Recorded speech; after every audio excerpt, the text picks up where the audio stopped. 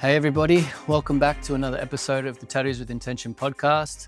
I think this is the first in-person interview that I've done. It's a bit of a longer form interview. I got to sit down and catch up with a friend, another artist, Josh Roelink. He started tattooing me about 15, 16 years ago. Over a number of years, he completed both of my sleeves. He was also a big help and asset in my own development, my own integration into the tattoo industry. The things I learned and the pathways I ended up taking to getting where I am now, especially in the sort of technical pursuit of the craft. So I'm very appreciative of my connection and relationship with Josh. We don't get to see each other all that often, so it was nice to catch up. I'm glad he was open to recording the conversation and capturing a lot of the topics that we go into. We take a personal look at his own tattoo journey and the things he's experienced, how long he's been in the industry, the changes that he's seen. And he shares a lot of really valuable insights that I think maybe the newer tier of the tattoo industry don't really have access to anymore, some of the experiences of the past. So he opens a nice window into that. We also talk about contemporary issues, such as the mix of apprenticeships versus courses these days.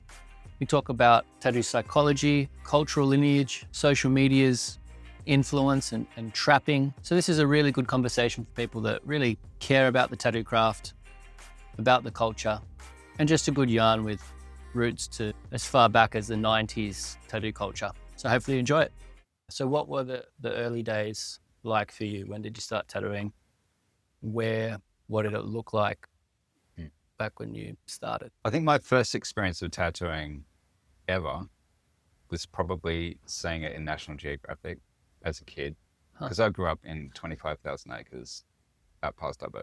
Yeah. You were telling me that the other day, which I found fascinating. Yeah.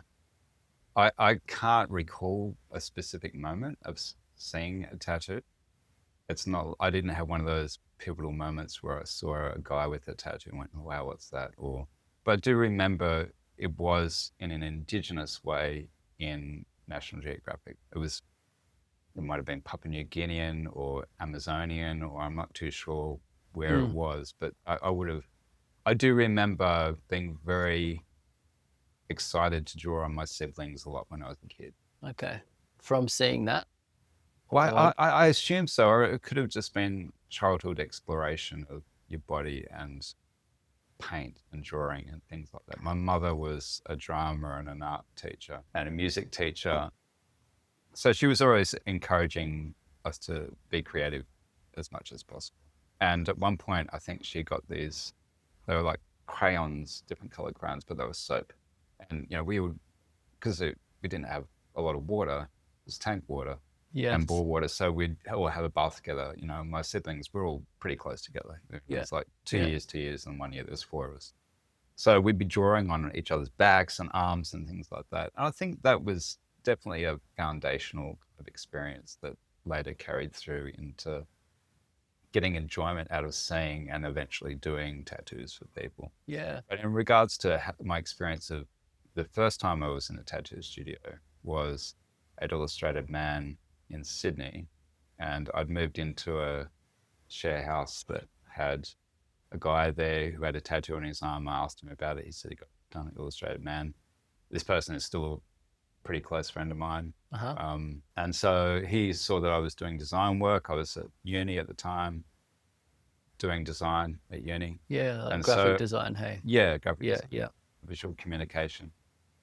So we came up with a plan that I would design a tattoo for him. I would design a tattoo for myself, and we'd both go and get them at the same time at Illustrated Man. So I initially wanted to do the tattoo by myself, not in terms of like I didn't want him to come along, but I'd already designed something for myself. And I said, where'd you get the tattoo done? And he said, go to this place. And I turned up there and I had the design, and a very revered, well-known tattooist, Tony Cohen, saw the design and was like, oh yeah, look, I can do it. Come at this time tomorrow and I'll sort it out. And I said, oh, the only thing is it has to be flipped. You have to flip over. And he was kind of a bit like, grumbly at that, because most of the tattoos at that stage were just flash that's on the wall. Yeah. I imagine that occasionally people would bring something that they'd drawn or that they'd anyway, he wasn't overly enthusiastic. I turned up the next day and waited for about an hour, got close to 2 hours, and there was an English guy there tattooing called Terry. And Terry wasn't really known for being a cordial human. And I said, "Oh, Terry, sorry to interrupt, mate, but Tony told me to wait here, and it's been a couple of hours now. Like, do you know if he's coming in?" And his response was, "I don't know. Fuck off." So at that moment, I decided, okay, well, I don't feel comfortable. I'm going to leave. So I just left. Mm-hmm. And I went back and disclosed, the experience and explained the experience to my flatmate. He said, "Oh, look, there's a woman that works there. Her name's Kim. She's meant to be pretty cool. Maybe we can go see her instead." And in that period of time, I designed one with him. Then I redesigned the one that I did, which I'm kind of thankful for now. Had a second pass. Yeah, the original one was like a yin yang with a sun and a waves, which ironically would be perfectly suited to my lifestyle now. But at the time, it seemed to be pretty cliched. Yeah. So I designed one for him. We went and we saw her and we sat down and Duncan and I had been following the American tattoo magazines and the trends coming from America. Yeah. So, people like Leo Zulueta, who was just starting to get really big in the States at the time. This is kind of... What year do you reckon this is? This would be early 90s, maybe 1990, 1989. And so we got talking to Kim and we started... she was very enthusiastic about the experience of doing these tattoos, these tribal tattoos. So she was busy, but she said, "I'll stay back late and I'll do them. I really want to do them. I'm excited about it." So I think we went, had a beer or something, whatever. It came back later. And we got tattooed and we chatted. And she was excited to have clients that seemed to know where tattooing was moving into. And it wasn't just flash off the walls anymore.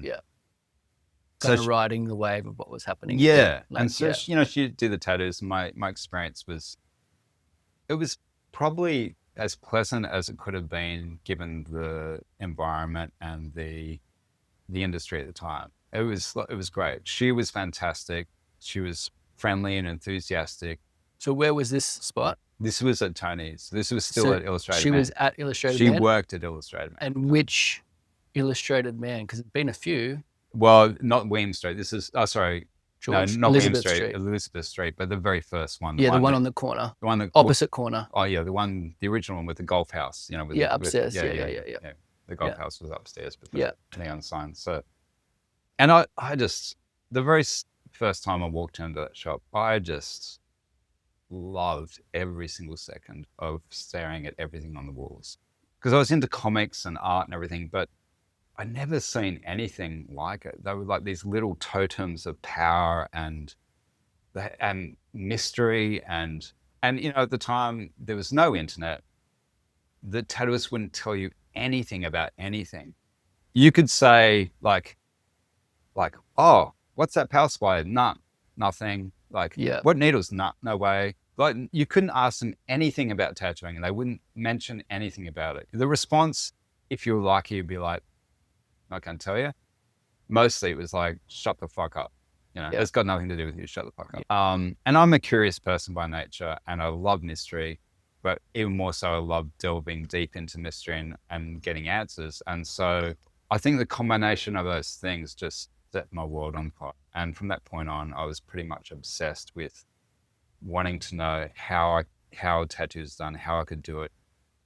I was spending hours and hours in the stack at New South Wales Library, like delving deep into any book that they had on tattooing, which was, they've got some interesting stuff in there actually. Books of old Coptic designs, Christian Coptic designs, the traditional ones, and sort of Northwest Coast American Indian designs and everything. That was my second tattoo, came from one of those books, the little frog there.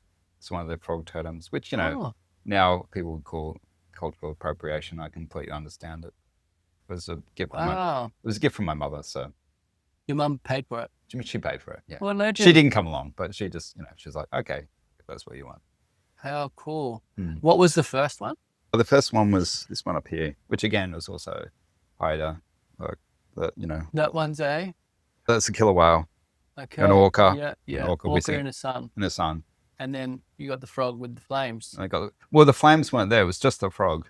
Okay. That thing was added later when Kim went to do something there, which I've since had lasered because I'll probably get something for my daughter across the top of that. Amazing. But yeah. Oh, cool seeing them. Yeah. Yeah, it's interesting tattoos. that was part of the tribal movement at the time. Leo had done a few Haida, that's the cultural group, like signs and everything. Canadian? Yeah, it's kind of northwest coast, upper west coast of North America. And of course, now I look at it and go, well, it's got nothing to do with my current culture. So it doesn't really make sense. I mean, it still makes sense to me in terms of your story, my story, and in terms of my connection to water, connection to land. I've always loved frogs. And frog plague where I grew up, and so, which is pretty wild. Also, it's like I was thinking about the exact same thing with like having so much Japanese work, where it's like the sort of the layers I look at now with people and story. I'm like, it's so out of place. But what it actually is like almost like the tattoo uniform. Yeah. That's one way of putting it. It's like real surface and a bit like rough, but it is the initiatory process into the contemporary tattoo culture, which is a big mix. Yeah, it's a giant mix. So it's like it's not linked to the same depths as where these images come from originally. Yeah. But it's a young culture. Yeah. And so it's like it makes sense that it's a little bit like like a washing machine because of like the time of our culture. It's like influences coming in through magazines at that stage and books and now screens. Yeah. And it's doesn't have the same continuity or coherence as these isolated cultures did, right? Yeah, absolutely. I mean, we're still existing in a post-modern world, which means that everything's up for grabs. Everything gets mushed. And people talk that we're in danger of being homogenized in lots of ways in terms of the cultures, and I can understand that you can see that happening in some ways, but I also feel like it's a loosening of the fabric of identity, which from my own personal experience in terms of my life, in terms of understanding that there's multiple ways of being, I feel like it's not a bad thing. Yeah. And you probably quite easily get lots of flack back from saying things like this, and I believe that it's important that Indigenous cultures in particular keep their identity very strong and that tradition stays through, because they have such a long continuous line and it is so pure, and they have such really important knowledge to maintain and to and their experience of the world. Conserving that. Yeah, conserving is really, it is being really, absolutely really, really important. Yeah. For the rest of us mongrels, like Bitzers. Yeah, I think it's kind of it's an opportunity to shed your concrete hold on identity, which is ironic coming from someone who tattoos people for a living, because anytime you're tattooing someone, you're kind of putting like it's really semi-permanent, isn't it? Permanent in this life. You're kind of putting something that is permanently identifying as being something, or one particular way of being. I unpack this so much with people now, and I'm trying to understand the difference between the psychology that some people have where it's this reinforcing of identity. Yeah. Right? And it's like there's a spectrum. So it's like you can have this reinforcement psychology. I'm road testing this with you. So tell me what you think, right? Yeah, I'm interested. It's like it can reinforce something that's like, okay, I'm clinging to an identity, maybe trying to reinforce something that might not be very true or authentic. We see that all the time. Sure. Then you can get in reinforcement in, say, like a cultural situation where it's like very well warranted and makes sense to reinforce that. That's right, yeah. But then this other psychology that I find myself currently going through and doing with a lot of people is like a discovery psychology. Yeah. And so it's like there's less attachment to what the tattoo is and what the outcome is. Yeah. There's this more like you're being introduced into something. Yeah. And I feel like that probably has a bit of roots in what was happening for people in early stages, where it's like getting tattooed and that's initiating you into something. This next stage, you don't know exactly what it is. Yeah. you know. So I see both of those things, Mm. discovery and reinforcement, and then they both have a spectrum. Yeah. So it's like there isn't a right or wrong way to do it. No, but that's right. you know, I really pay attention. Initially, you know, I was looking at like, what am I doing? Was I reinforcing or discovering?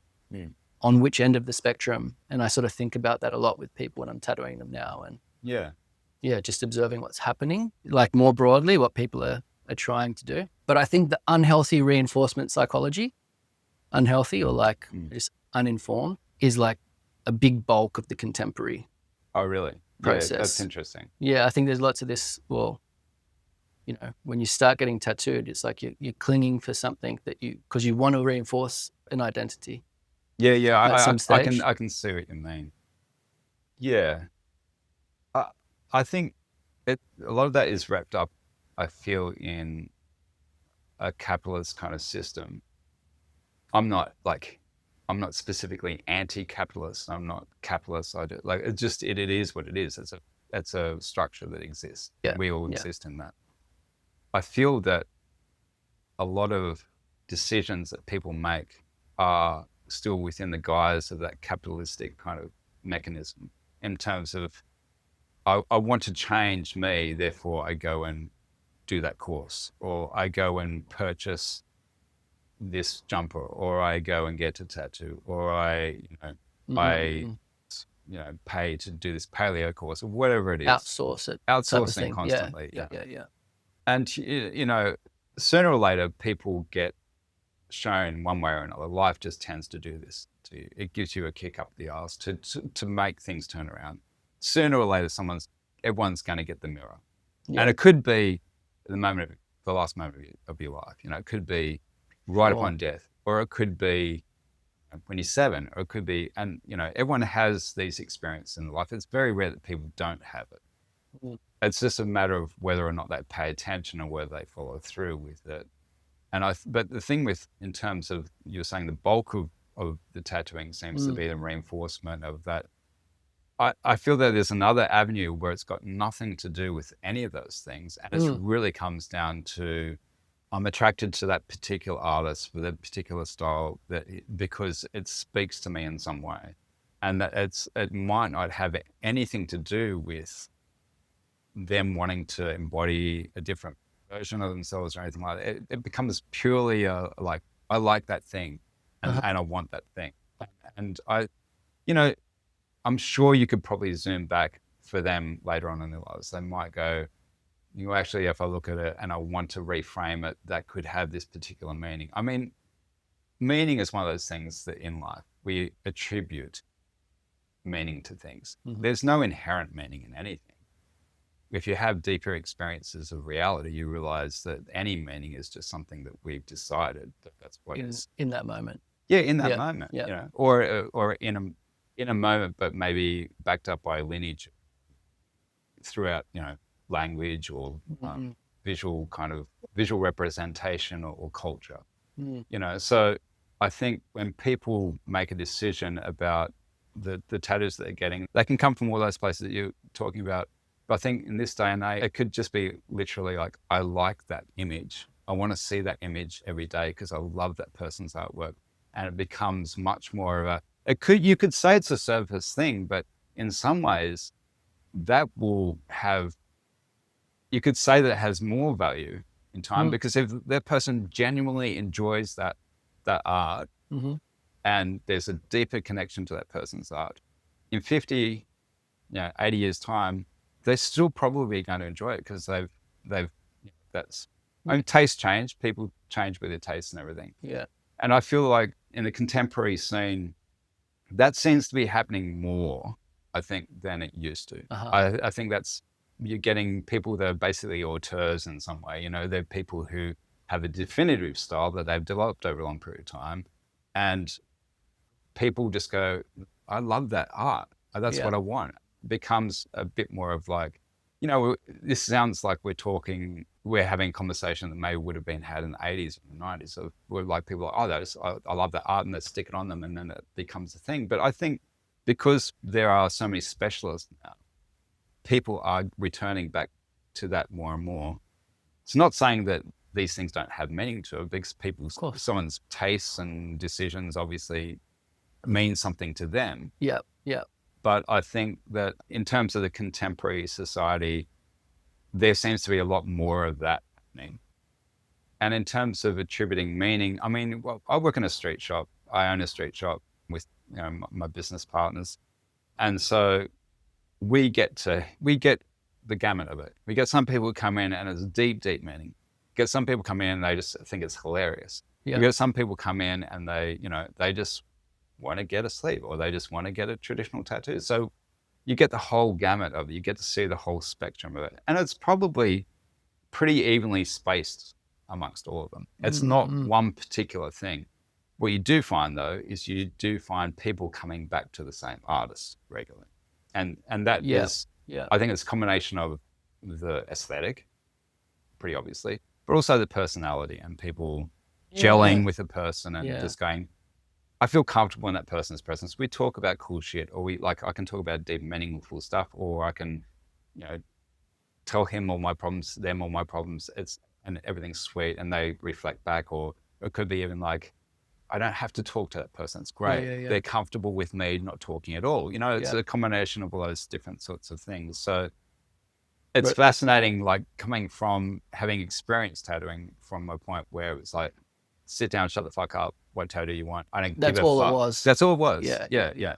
Having said that, there were, throughout history, there've been artists that were a bit more deeper in that, if you look at the conversation between Salieri and Ed Hardy, it's hilarious and sort of, practical joker as some of the conversations are. They're still having conversations about deeper meaning of things. And I feel like it's a bit arrogant and it happens with every generation. I'm not saying that this generation is the only one that does, but every generation does it. I did it to my, the generation before me. They probably did it to a generation before them.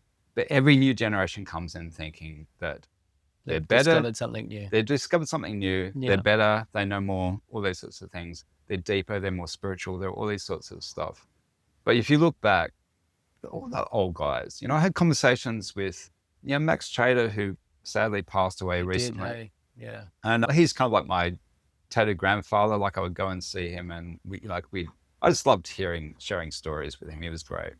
A very kind and generous human, but we would have conversations where he'd talk about that sort of stuff as well. I think basically every human is inherently curious. It's just that some people have been trained not to be curious. It gets trained out of us by the education system, by disciplinarian parents, or any sort of totalitarian kind of society. All these different sorts of ways of training curiosity out of us. But I think inherently most humans are curious by nature. And I think if you sit down with anyone from any generation, you'd probably be able to have similar sorts of conversation. It's just, the language might change, or some people might be a bit more dogmatic in the way they see things. So it might not be as easy to share views or have conversations accepted, have certain views accepted. But I think generally across the board, I've seen that happen with each generation. I've seen each generation come in and go, we're going to do this new thing. It's like, sweet, cool, great.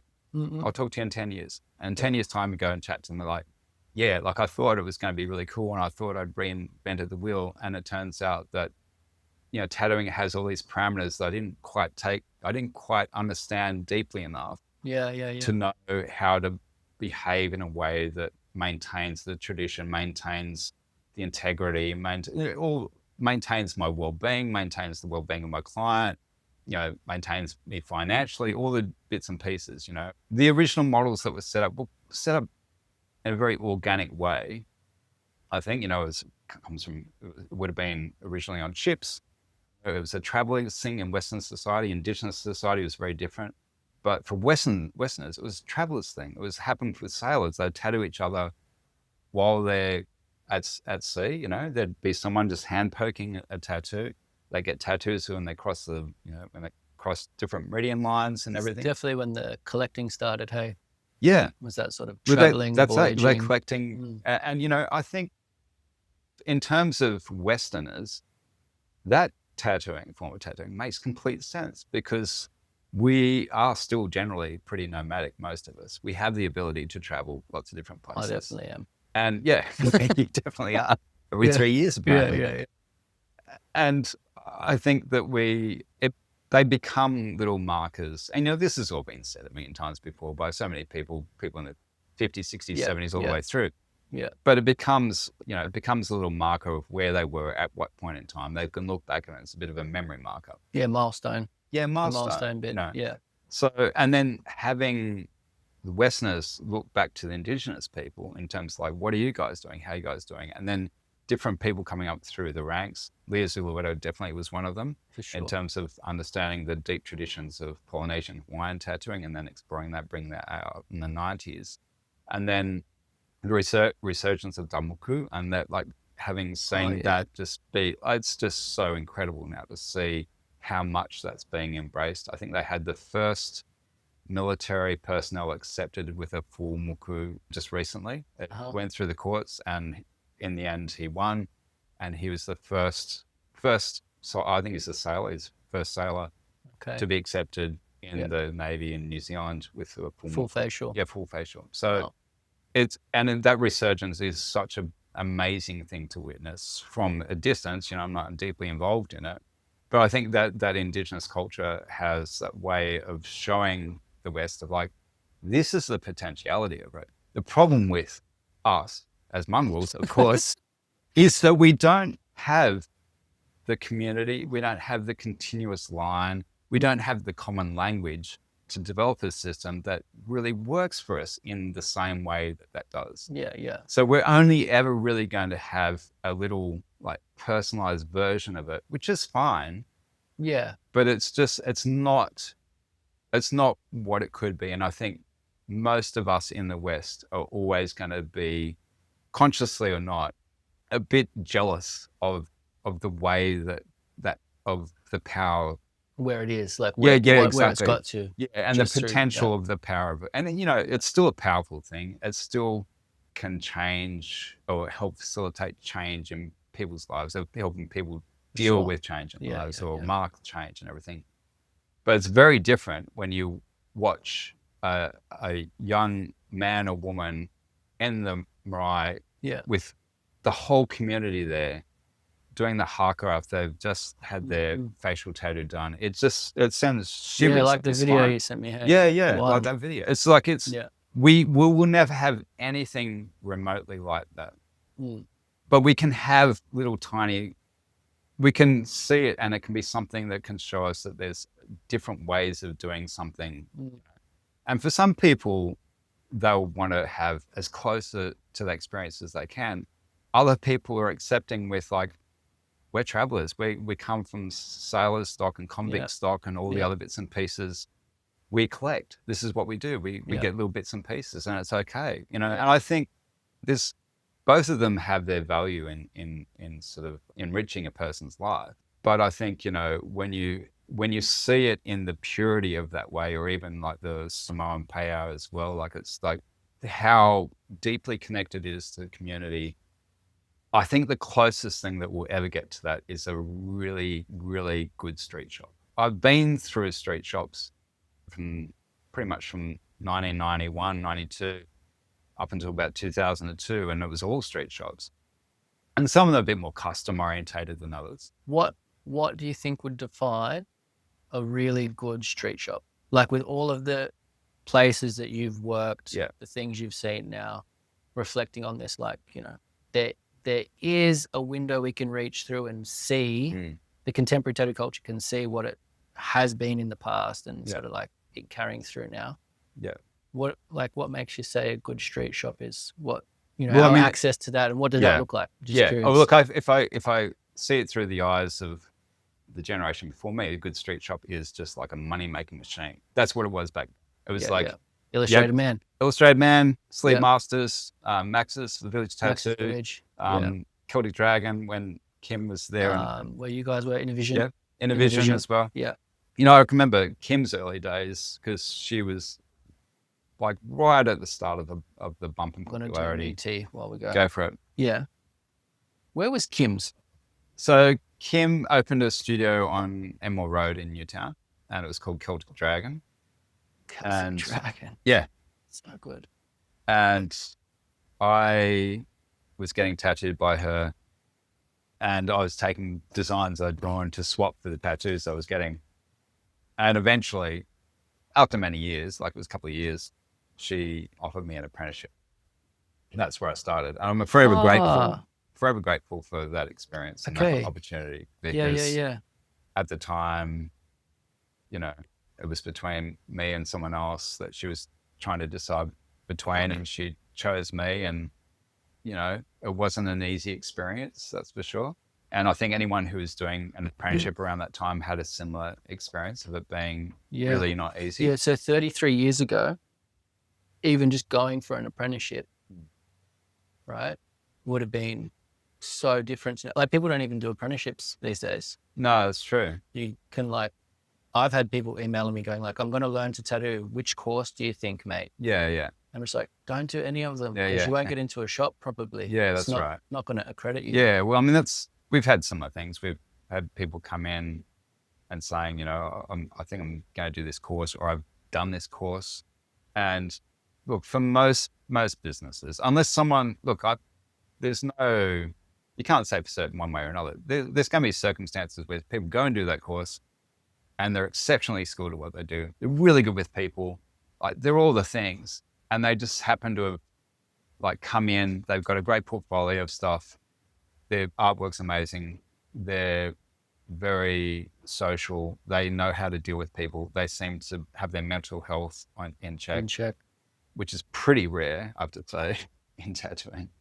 So it's a possibility that could happen. But mostly, if you're a business owner and someone comes in and says, "I've done this tattoo course," it's a big flat no for all of us. And I feel like pretty rightly so, because those sorts of setups, first of all, they saturate the industry with people who haven't really had any sort of initiatory process into becoming a tattooist. So they have almost zero respect for anything that's come before, or the fabric of it, or even maintaining any sort of level of integrity in the industry. That's not everyone. There's some people obviously that do that, but it's across the board. This is not just tattooing. This is everything now. This is just what tech and stuff that's exactly doing. Right. Yeah. ChatGPT, AI, all that sort of stuff. It's ever going to make this accelerate in this regard. Is that information becomes wisdom, but it's not. Information's never been wisdom. No, that's right. It's not embodied, and it's not transmitted. It's not passed down. And this is true in every level of our experience. It's true in terms of your tattooing, or your job, or your sport that you do, or the art that you do, or anything. It's the classic learning about swimming in a book. Yeah, and exactly. then being thrown into a pool or a river. 100%. And the difference between actually someone being in the water with you and, totally. what you're doing. Yeah, I mean, transferring it, making sure you keep yourself alive. Yeah, 100%. It's a whole different thing, isn't it? Yeah, I mean, I've been doing martial arts my whole life, and there's a big difference when you're teaching people to do katas and doing training drills, and then the difference between that and actually having someone come flying at you with fists and kicks and things.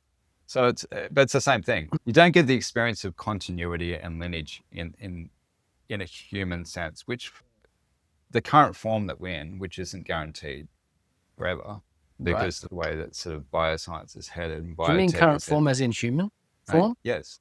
Wild. Yeah, it's crazy that we're even talking that way, but it's true. There's going to be generations that come past us that are going to be some biotech. They're going to be biotech. They're going to be a combination of the two, But currently, it's really, really important to us for our mental and emotional and spiritual well-being that we do have that connection to humans that are around us currently and our ancestors have access to the past. What has happened. Yeah. Whether or not we reach that stage, whether we get to that point, we experience another giant cataclysm, which will reset everything all over again, which people talk about a lot, which is altogether possible. Yeah, good segue. When you were saying we'll probably never access the sort of thing that, say, like Maoris or these other older people have developed Yeah. through time. Yeah. When I was interviewing Moko, the guy that tattoos me in New Zealand, about him, like, how do you think, our contemporary culture could maybe cultivate something like that? He's like, oh, bro, there'd have to be like an apocalypse and you'd have to start again. But I think that's what happens. To get it, right? That's what happens. If the contemporary culture was to have that, he goes, you need to start again. Yeah. And have that amount of time. Yeah. And I was like, okay, cool. But I was asking what that shop looks like that you think is maybe our closest thing to it. The good street shop. Yeah. So going back to that, there was a bit of a long segue, but going back to that, I think a good street shop now embodies the possibility, or contains all the possibilities of what tattooing could be. Yeah. And it has the space, the personnel to be able to engender that for it to happen. It's pretty rare that you come across that. And most shops will be the personality of the owners in some way, So if the owner is like a hard-ass biker, that's kind of generally what the feeling of the shop will be. If the person's like is deep, transformative, kind of spiritually minded human, then maybe that's what the shop will be. If they're just like into cool graffiti art and like, contemporary culture, probably a combination of that. But obviously any shop is a mixture of all the people in it. And I think a good street shop can cater for any person that walks in the door. So that means someone comes in, they want to get a memorial tattoo for their dog that passed away. Sweet, catered for. Can do it. Someone's come in, they just want a sick-ass dragon with like blood red eyes. Sweet. Someone can do that. Come and do that. Yeah. Someone comes in, they want like gory skull, and there's someone to do that. It's just, I think an ideal street shop has that, but it was also deeply connected to the local community, so that the people that are walking in the door, they can come from far away, but it has a community that is connected to the people around it and is deeply embedded in it. And I think you're only really ever going to succeed as a street shop if you have that these days, because everything's so much more expensive. Insurance is off the charts. Rent is, crazy. So the only way street shops are now going to survive is if they're deeply embedded in the community, which is beautiful, because I think a tattoo shop is a very unique space in any main street. If you take a main street and you go, okay, butchers, newsagents, bank, whatever, travel agent, hardly ever exists anymore. Gym. Gym, all the different places, hair salons, etc. A tattoo shop is where anyone can walk in, and they could be almost any state of mind, any kind of variation of human. And generally, not always the case, generally, they're going to be pretty well accepted because tattooing, you get the fringes and you get the whole spectrum of society. Not everyone goes to a hairdresser to get the hair. Not everyone wants to go into the bank. Not everyone buys from the butcher. You don't get that in all these other sorts of spaces in a main street. But a tattoo shop, you get the doctors, you get the nurses, you get the butchers, you get the FIFO guys, you get the working girls, you get the accountants, you get the football players, you get, you get musicians and artists, you get the whole spectrum of society comes to that place for a very specific purpose. And I think because of that, it has the possibility to become a real life kind of center of a community. It's not that the community revolves around it. It's not that if that wasn't there, the community would be a massive lack, but it has a certain life to it that is very specific and very different to any other sort of premises in a main street or in a community. Yeah. And that for me personally has a value that is really important, and it's only recently that I've come to understand this, because in the past you're in your own little bubble, you're doing tattoos on people, you're worried about how many tattoos you're going to do that week, or whether a person are they going to want a dragon sleeve, or are they going to want this tiny little dragon there? I don't know. Your little self-isolated bubble that you get trapped in. But obviously as you get older, you start being able to pull out a bit and you have more life experience, you get to see things a bit differently. And I think a real street shop has that capacity to be a very valuable thing in a community.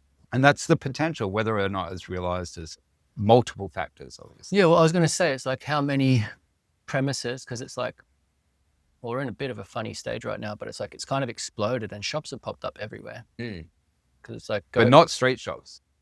Right. Okay. Yeah.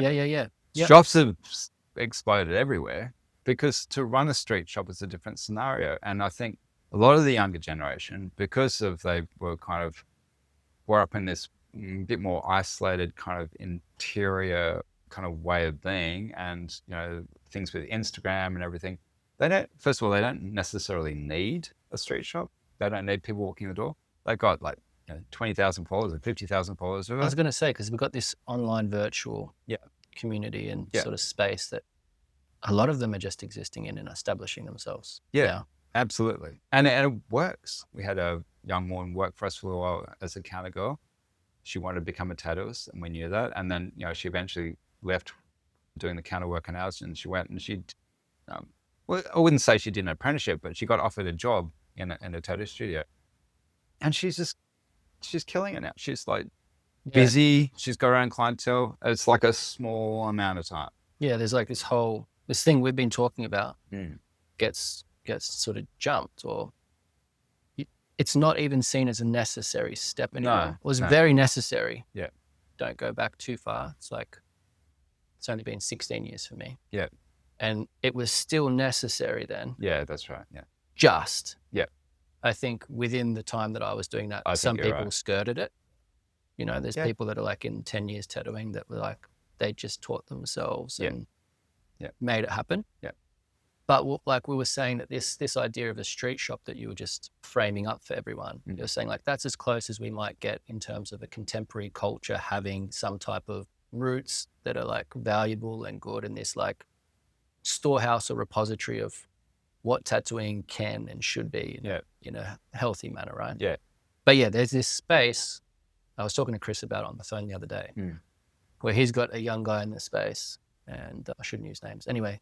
And he was talking to the other senior artist, and he's like, arguably he's established, even though he hasn't got any real world experience. It's only a couple of years in, because he's paying his bills and he's getting work and he's got a following online and like all those things are in place. So you could argue he's established, but he hasn't done any of that path we're talking about and isn't interested or sees the value of it. That's the scary bit, where it's like, it's moving so quick that it can get completely looked over by the majority of the newest tier of artists, right? Yeah, my conversations with people around, particularly when we start talking about things like AI, but I think it's part of a big change that society is going through in general. And you definitely see it with younger people, is a capacity to not care about anything else. The only really interest, and look, this is... You mean like solipsistic? Yeah, in a like way. Just self-interest? Yeah, and it's definitely a product of the way our society is headed in general, and has been for quite a long time, and it's becoming more and more extreme. And because it is extreme, you'll get the separation. You will definitely get still people that are not that way, and people that are less of in the bubble of self and everything.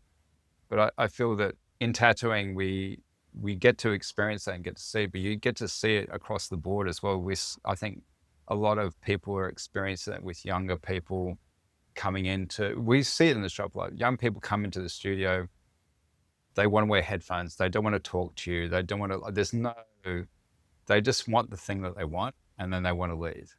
And part of that's a social anxiety thing, but I think that's also wrapped up in this whole thing, where people become so isolated due to devices and the different ways of interacting with people, that they're less able to have the experience of being socially connected in a real world situation. Yeah. And I've witnessed it with my daughter's generation. Like, some of those kids are like amazing. They'll come up and they'll chat to you. Oh, hey Josh, or they would call me Josh. Or when I was a kid, we'd call each other Mr. and Mrs.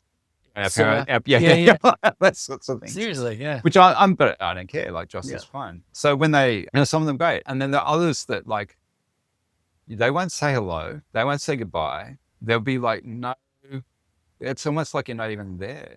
And then we were talking earlier about catching public transport now, the difference between how it used to be and how it is now. And The old Tangara train. well, yeah, you would talk to strangers even. Like it was a pretty common thing back in the day, even as, as self-obsessed as I was in my early 20s and things like that. I would still have conversations with old people. Yeah. They'd talk to you but even old people now on trains are on the phone and they're either like swiping or they've got their headphones in and it's dead silent.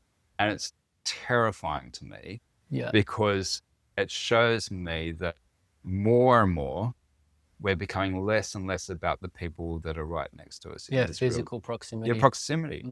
And people not understanding the value that has for our biology and for our chemistry and for our psychology and our emotional state and our spiritual state of being. It has immense value because it's had millennia.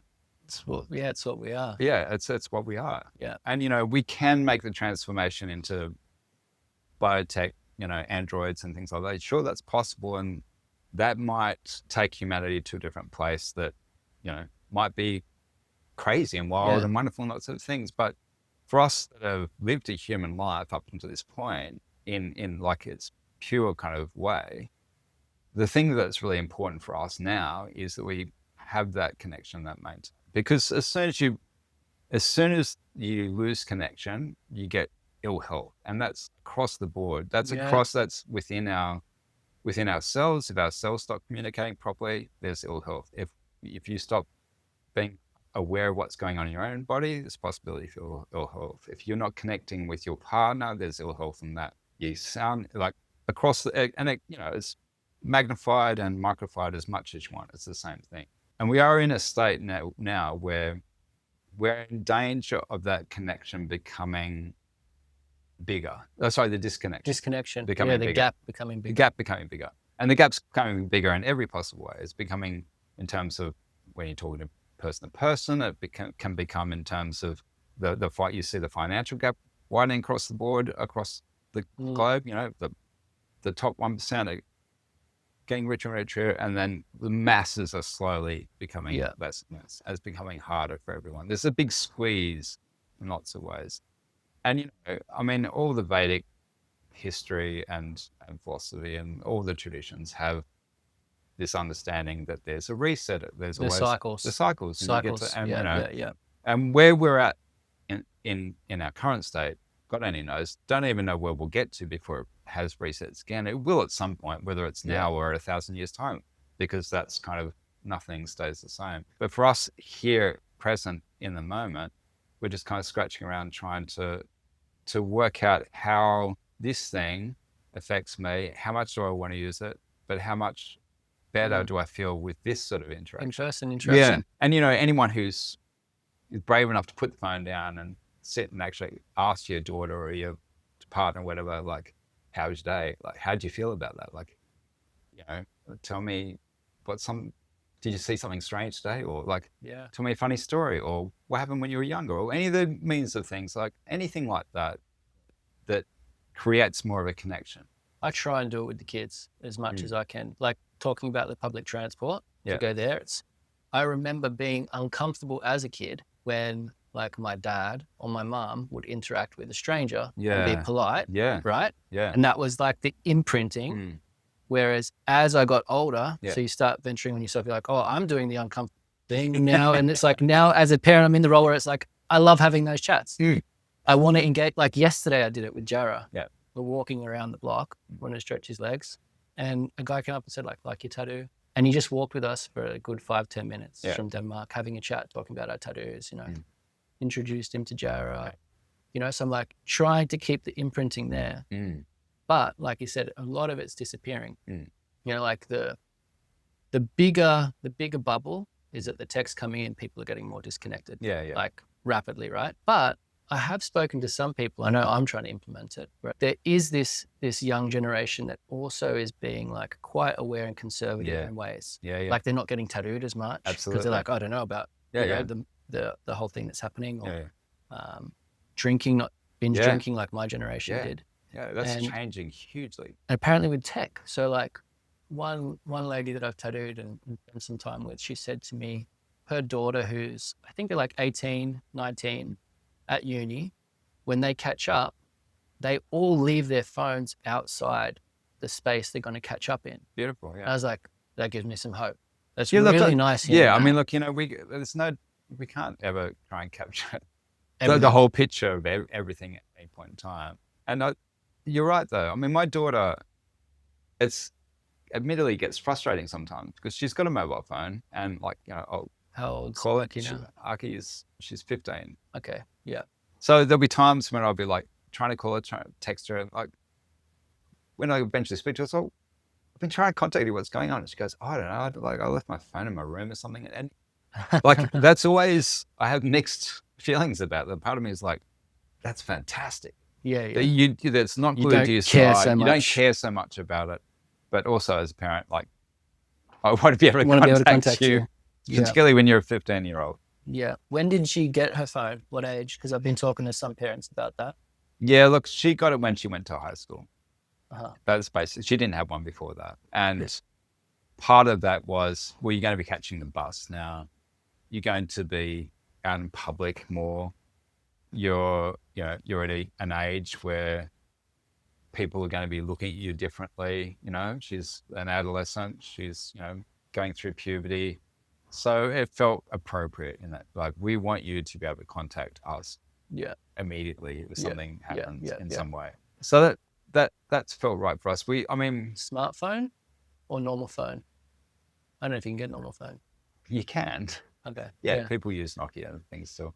It was a smartphone, but it wasn't a conscious decision for it to be smartphone or not smartphone because, like, she didn't have any apps. There was no social media on there. We said right from the get-go, like, social media. Just communication. No just social media. comms. Yeah. And at one point she said, like, my friends are talking on Snapchat and I feel a bit left out. And we're like, oh, that's a bummer. Maybe you can just talk to them when you see them. And then she moved through that phase. And then now she's not really interested in Instagram. But I think probably because she witnesses myself, like, having to do it for work and it being a bit of a trap. I'm really, really aware of it. But it's also, it is part of our job description now to a certain degree. Yeah. I admittedly, I go through phases of doing it and then being completely rebellious. I'm like, I've been tattooing for 33 years. I haven't needed it for most of my career. I don't think I particularly need it now. And whether that's true or not, I mean, I might be a lot busier if I was really into it, but I'm also not going to pretend to be something that I'm not. I didn't grow up with social media. It's not overly comfortable for me to be in that space. Not for any particular reason, but it does make me uncomfortable, but it's just not something that feels natural to me or something that I feel like is worthy of putting extra effort and training to. For me, tattooing in terms of social media, I personally don't, and I know that a lot of people will disagree with this, but I personally don't see the monetary exchange happening in relation to the amount of time they're putting into it. Yes. Because you can only tattoo a certain amount of people. But, it's not like you can upscale how many people you tattoo. You're tattooing as many people as you can, okay? Yep. So you're only going to be busy enough to do, let's say 8 hours of tattooing a day. If you have 20, 30, 40, 50,000 more followers, that's not going to increase the amount of people that you can tattoo today at all. You're still 100%. Only going to be able to tattoo a certain amount of people per week. So I don't see the value of putting an extra 5 to 10, 20, 30 hours a week, which people get up with. Oh, yeah. Some people are like 4 hours a day. So that's, like almost 30 hours a week. Some people would do that. You're not going to get that return in that week or probably in any other week. You're still only ever going to be able to fill however many days you work. Yeah. That's all that's going to happen. All that happens is you start getting a false sense of security that you have people constantly coming to you, or they still don't want to return to you because you have extra followers, because they're putting comments, because they're liking, and it builds up this false sense of security. And when I say it's false sense of security, I'm not saying those people aren't going to eventually come to tattoo, because some of them might. But the reality is you're still only going to be able to tattoo a certain people per week. You're not going to expand that. And really, the only thing that really matters is how many people you're going to tattoo tomorrow. Because anything beyond that is fictitious, and anything could happen, and it's not reality. Of course. And even what you tattoo tomorrow is like it's fictitious. Like the person, you get up in the morning, person's cancelled a full day. You get up in the morning, someone walks in and they want to fall asleep. Like it can change in a moment. I think the problem with social media in regards to people's, and we've talked a little bit about this in one of our conversations, when people get fearful of there not being enough work in, The security I bit. can't do books closed anymore because I want to make sure that people are still coming in. And you see that people, it's like, people who had books closed like 6 months or a year ago now, like, I'm open to talk about your ideas anytime. It's interesting how that changes. And I'm not being judgmental with that, but I think the problem when people engage in that space in that way, thinking that all this effort they put in and all this time away from their life is going to make this huge difference to the amount of income that they make, the amount, how busy they're going to be, and how much happier that's going to make them, how much safer it's going to make them. I think it's an illusion or a delusion, depending on how you want to take it. And I think the reality is, if you concentrate on the person you're tattooing right now, in this moment, and you give them 100% of your commitment, rather than like, sweet, cool. Yeah, just give me a sec. I'll just go upload this to Instagram. Like, if you do that, it'll have almost the same effect or more. And you'll have a better experience with it. They'll have a better experience with it. They'll go probably and tell their friends. It's like, it was so awesome to sit down with Mark and get tattooed for whoever that meant. Sarah just, took me through these great stories and we had a laugh and it's fantastic. And she was fully present with me rather than, this experience, which I've heard people talk about. There's this amazing tattooer in Korea or wherever and in Melbourne, and I want to go get tattooed by them. They go get tattooed, they come back, and I was like, how was it? How was the experience? And they're like, it's like, I'm pretty happy with the tattoo, and you're going, okay, like, but how's the experience? And they're like, we didn't really talk much, or like they were kind of busy and they were talking to everyone else in the studio, or they were on their phone a lot. And there's a big difference in that. And one has so much more power, and it's not the social media way. It's not the social media way. What I'm getting when I listen to that is like, firstly, relationships being primary. It's like the primary relationship you're developing with the person you're tattooing and the way you tattoo and you practice, right? Being real. Being grounded in the real, right? And then this layer of, because there are people investing in the virtual space primarily. Right? Someone comes in through that avenue, but then the real world experience, because they're not getting tattooed in the virtual world. That's right, exactly. It's like, this person maybe isn't fully here because they're so invested somewhere else. Exactly. Right? And or they're spread thin, or they're just like, or they seem a bit tired, or they seem a bit like run down. And because when you're getting tattooed by someone, you don't want the person sitting there telling their like, how you doing? Just so exhausted, like I've just been.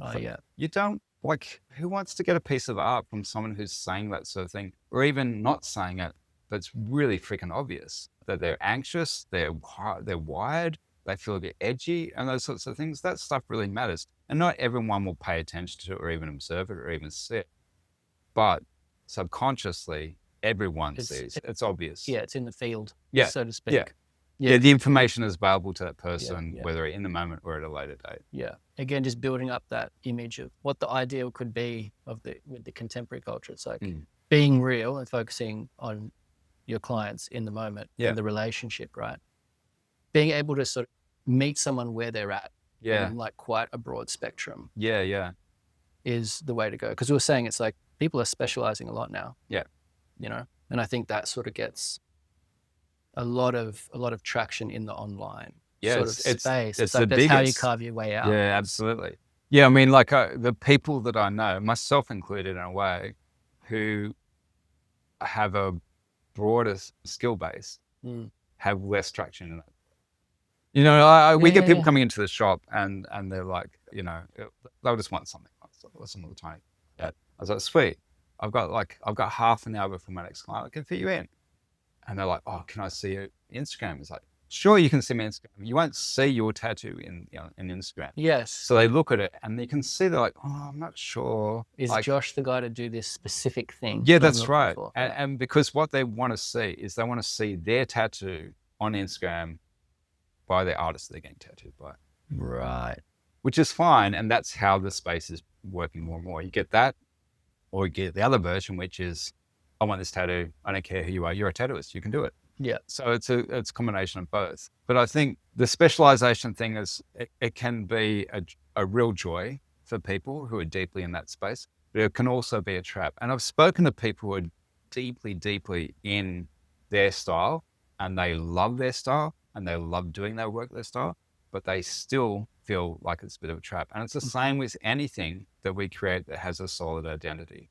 It can be strong and, you know, get you through life in a certain way, but at the same time, it can be an absolute trap. Yeah, restriction. And you want, like, you just want, you know, for any of the artists that are listening to this, you just want to decide, what do you want? Do you want to have freedom, or do you want to have a sense of purpose and style and et cetera, et cetera? Mm-hmm. Can you have both? Yeah, you probably can in some way. But you know, like, generally, like, you're going to be making choices. Every choice that you make has a sacrifice. So it doesn't matter what the choice is. So, but to be aware of the choices that you make. But if people automatically assume that because that's the way things are online and people are online all the way, that they're only going to be busy if they have one distinct style that they tattoo and that people will come to them for, and that they've got lots of followers, and that's the only way they're going to make a living. Yeah. Reality is, most street shops begging, looking for the artist that walks in the door that can cater for everything. Yeah. Because in a situation where you're on a street shop, like, you're still going to get people who have their individual styles. Spectrum.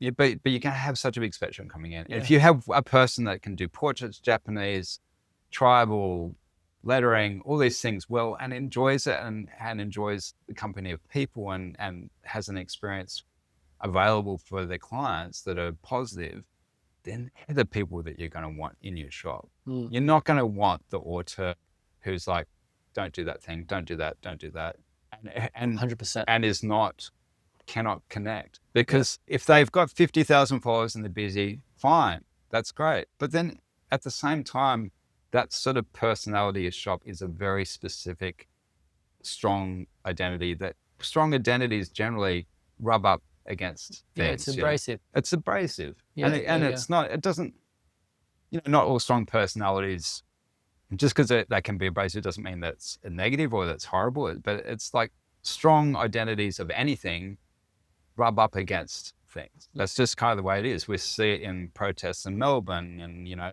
like, anyone identifying strongly with something, you've got hard edges that you're going to bump up against the world in one way or another. Whereas if you're a bit more open and a bit soft around the edges, without, it sounds a bit wiffly-waffly, it doesn't mean that you don't have any character or you don't have any strong sense of who you are. But if you are not overly attached to any one identity, you're much more likely to have a much easier ride in life, and you're having an enjoyable ride in life, and you'll probably, ironically, be more successful in a holistic way. You might not become a millionaire, you might not have your Ferrari or your 5 houses or anything like that, but you will be a happy, joyous, alive human being. Yeah. Much more likely in that scenario. It's what we were talking about before we started recording. It's sort of like this dance of the two different sort of polarities of it as well. It's like anything that's like really hard, either side of the spectrum, there's this tendency for there to be some type of oppositional force that will push against it and swing it, opposed to sort of being in the middle and understanding that, like, both of those things are going to exist at any sort of point in time. Yeah, completely. I mean, anyone who follows any path of internal reflection or anything like that, you're going to come against all those different aspects of yourself and the world at large. What's that been for you over the 33 years then, in terms of tattooing, right? Because it's like, there are things I think that you'd say you specialize in. Yeah. That lots of people in the industry say you would, like your Japanese work. But again, it's like, you're quite open and capable of doing anything someone walks in with. Yeah. I even saw recently you started your offshoot Instagram for some specific like black work sort of thing, and traditional system. Yeah, you're speaking from a place now where it's like you've zoomed out and seen a lot, so you can speak to it directly. Yeah, like this this causes this sort of impact, and Yeah. there's these different ways. Yeah. Were you setting out to specialize at any point? Did you swing and stick to any particular identities, and how'd that play out for you? I have admittedly, since I was really young, kind of abhorred the idea of like being boxed in any way. I don't know where it comes from or how it came to be, but some people could view it and see it as being like a rebellious streak or something, but I don't feel that that's what it is personally. I just feel that I've come into being in this lifetime in whatever way with a desire to not be anything specific, which is the complete opposite of how most people behave and exist. And I'm not saying that in a way that like that makes me special. It's just different. It's just a different way of being. It's like, it doesn't matter. It's the same as like, there's the dandelion and there's rose. It doesn't matter. They're both fine. But that's just kind of how I've been from the get-go, which I think is part of the reason I really loved tattooing right in the early days, was that you could be a chameleon of sorts because you have to communicate with lots of different people, different walks of life. And I've always felt like everything that we do is an act or a performance of some sort, right from the young age. I'm just like, it's all a performance, all of it. We can kid ourselves into thinking that's real or that's something other than it's not. But it is everything that we do. And it could be like a performance that feels really strong and has deep emotions and deep chemistry and everything. It can be really strong, but it's still not who we really are. It's At just the essence. No, that's right. Yeah. I mean, Yeah. a personality is a mixture of many things, it's just like all our memories and experiences we had. That's the things that creates a personality. A personality isn't something that we're inherently born with. I mean, there's obviously traits and genetic kind of structures that come through that part of it, but it's still part of your memory. Yeah. It's just memory that's trapped in your cells. It's not necessarily memory that's come into your lifetime that you've experienced, but it's still a memory. And this is part of why over the years I was drawn deeply into Buddhist and Vedic philosophy and understanding, because they have a very strong tradition of explaining how that works and why you feel that way, why I might feel that way in this particular moment in my life. But, like from a young age, I didn't want to be strongly attached to it. And when I was doing illustration, which is how I got into tattooing in the early 90s, and it's probably true still now, if you didn't have a strong voice and a strong identity, you weren't really going to get lots of work. You're going to do a little piecemeal things around the edges, And so I understand the desire for people to not exist that way, but there wasn't enough reward for me to go and be that. Double down on some identity. That's right. It wasn't enough. I was like, I can see the financial benefits. I can see the popularity benefits. I can see all those sorts of things, but it's not enough for me to want to put lots of energy into being that one voice, because I am multiple voices. And I don't mean that in a schizophrenic way, but in terms of, like we are, all of us are, but whether or not you realize it or not is a different thing. And I'm not going to pretend that I'm one thing, because I'm not. Yeah. So, or be confused that you are. Oh, yeah, that's exactly. That's the other side. Yeah. 100%. So it's like there's you being aware of it and saying like, oh, well, I'm not going to choose to identify with it. Yeah. But it's like, if I think back to me, even 8 years ago. Yeah.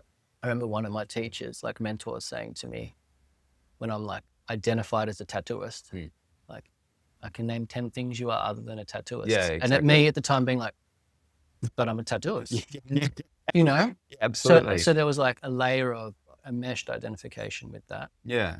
That I wasn't even aware that I'd developed, Yeah. So I think that a lot of people are probably in that.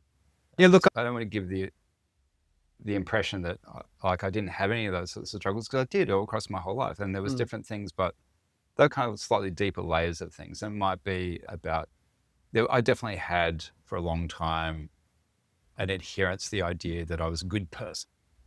Okay. Yeah. And this is a hard one, I think, in a lot of spiritual realms or spiritual teaching circles to get rid of. Because if you're a proper teacher and you're telling someone, fuck the good person in you.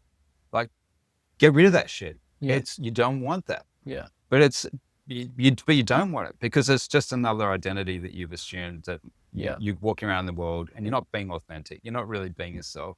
And you means that the behavior you're exhibiting is always a reaction to something. And you don't want to be reactionary in life. Yeah. If you want to have authentic. Yeah, if you want to have a Yeah. flowing, kind of vibrant life, you don't want to be constantly in reaction to things. You want to be able to respond in a way that suits you, you know? Yeah. Yeah. And I don't mean that as a selfish way. I mean a way that maintains your own integrity, your own harmony. Yeah. Like not disavowing Yeah.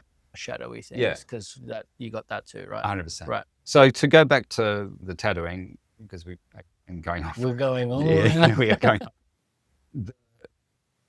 Because I came from that place in illustration, what I saw in tattooing at the time, because this is how it was at the time, and it was to change in the decades after. But what it was at the time is someone walks in, they want a frog, sweet. Someone walks in and they want a tribal piece, sweet. Someone walks in, they want some Gothic lettering, sweet. And you had to be able to cater for all. Yes. You would not make a living if you specialized. I can remember trying to do some traditional designs back then because I saw it was probably Dan Hicks at the time, or even some early Ed Hardy stuff in the States. And I was like, oh, that's cool. And the first place that any of us saw specialization was in the States. We saw it happening there. Apart from the old traditional tattoos they were already specialized because it was only what's available on the wall, and that was traditional flash. So they were kind of specialized in that way. But throughout this, 60s, 70s, 80s, 90s, it started to broaden out a little bit. So people were coming in with different ideas that weren't always on the wall. So you had to be able to, it was this midway space where it hadn't got big enough and popular enough yet to be completely just specialization. But at the same time, you had to be able to fill the requirements of anyone that walked in the door. Mm-hmm. So I liken it a lot to the illustrators of the 50s, the highly trained illustrators of the 50s in the States and in Australia. They would do advertisements, they would do realistic images, they could do cartoons, they could do it all because that's how they're trained, because that's how you made a living at the time. Yeah. And then as time's gone on, everything becomes specialized. And it's true across the whole society. Yeah. And it's true across in life as well. Life does that. It just starts here and it just kind of branches out and it gets more and more diversified. So coming from illustration into tattooing, that's what I wanted. I can do all these things. That's so exciting because I get to do that one. I get to do that one. I get to do that one. And, Yeah, so you already had that lens from your design and illustration background. Yeah. And it was just like new tool, new craft is the tattoo machine and skin. Yeah. And I still want to be able to do the broad spectrum. I enjoyed it. I enjoy all things. And that's the same. Yeah, so it's almost a background perspective of the time where it's like, I'm going to learn to do this thing and I need to be able to do everything with it, actually. Yeah, exactly. That's learning to do it. Yeah. It's like learning it completely. Yeah, yeah. Yeah, as much, as deeply as I can. Yeah. In the time that I've got available. Yeah. Which meant that I was basically a workaholic for 20 years of my career. Yeah. Maybe more. So timeline for people listening as well, just to connect some dots and go into some other areas that I want to tattoo wise. It's like, so you started at Kiwi Kim's, right? And then you ended up, I don't know if there's steps in between, but you ended up at Innovision. Yeah, so with Cliff. I was Kiwi Kim's, then I went down and worked at Highline in Melbourne for 6 months. I basically had a nervous breakdown because I was under huge amounts of stress and pressure in my old job at Kim's. It was a whole bunch of factors. We were working ridiculously long hours and it was my first years of tattooing. I was tattooing 10 hours a day, 6 days a week. Went down to Melbourne. Well, I fell apart, came back to Sydney.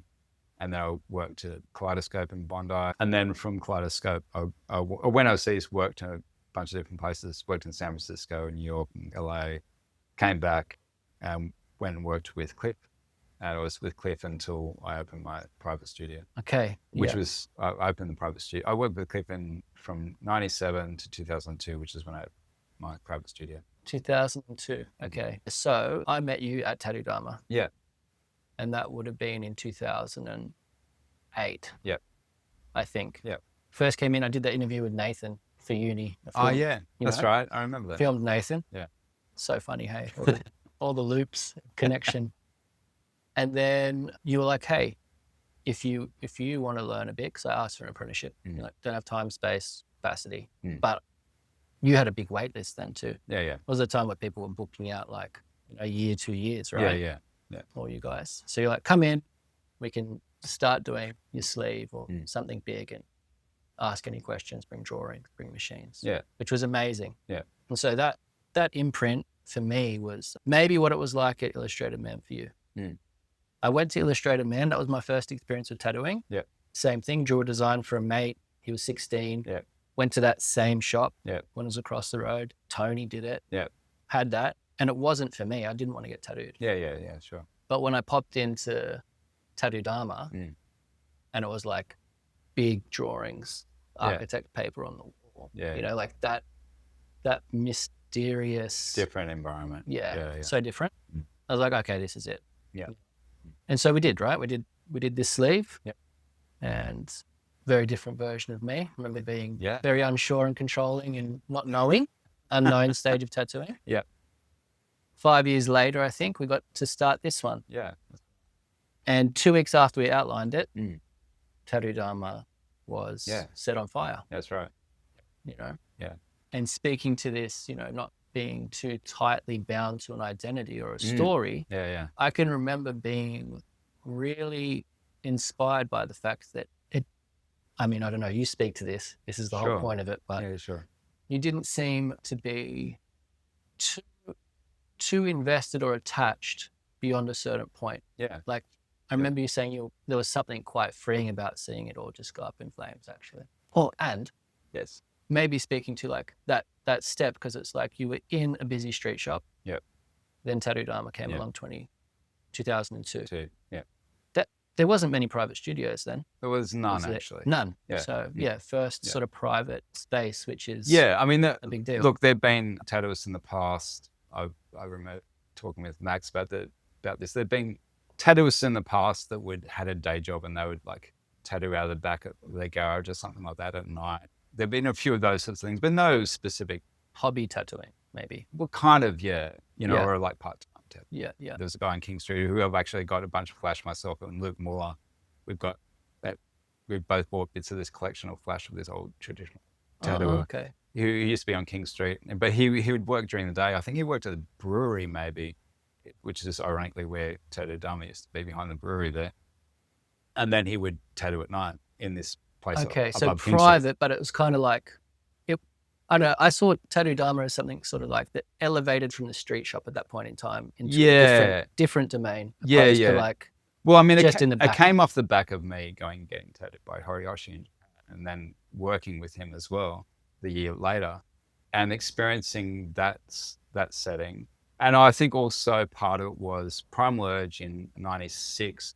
I got tattooed by Grime in 96 at Primal Urge, and Marcus was working there, Jeff Whitehead. Marcus Pacheco. Yeah. He like a very pivotal artist of the 90s.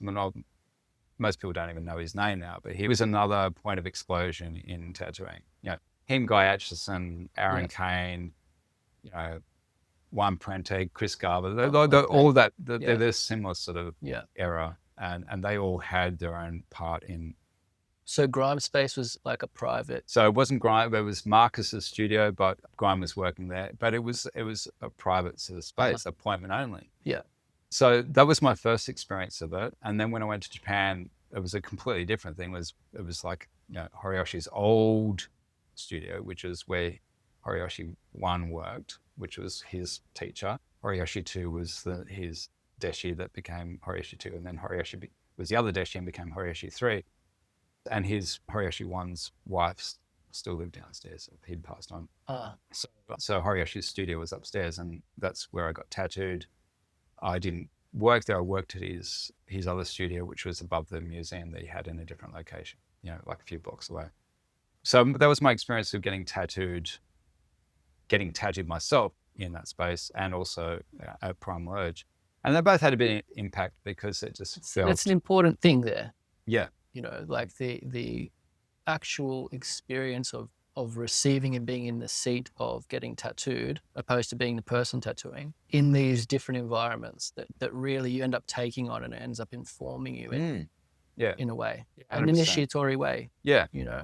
Yeah. So the difference between the two is actually it was just him and I. He tattooed me. I think his son, or maybe his apprentice coming in and out, maybe occasionally, or one of the apprentices. His wife would occasionally pop in and out.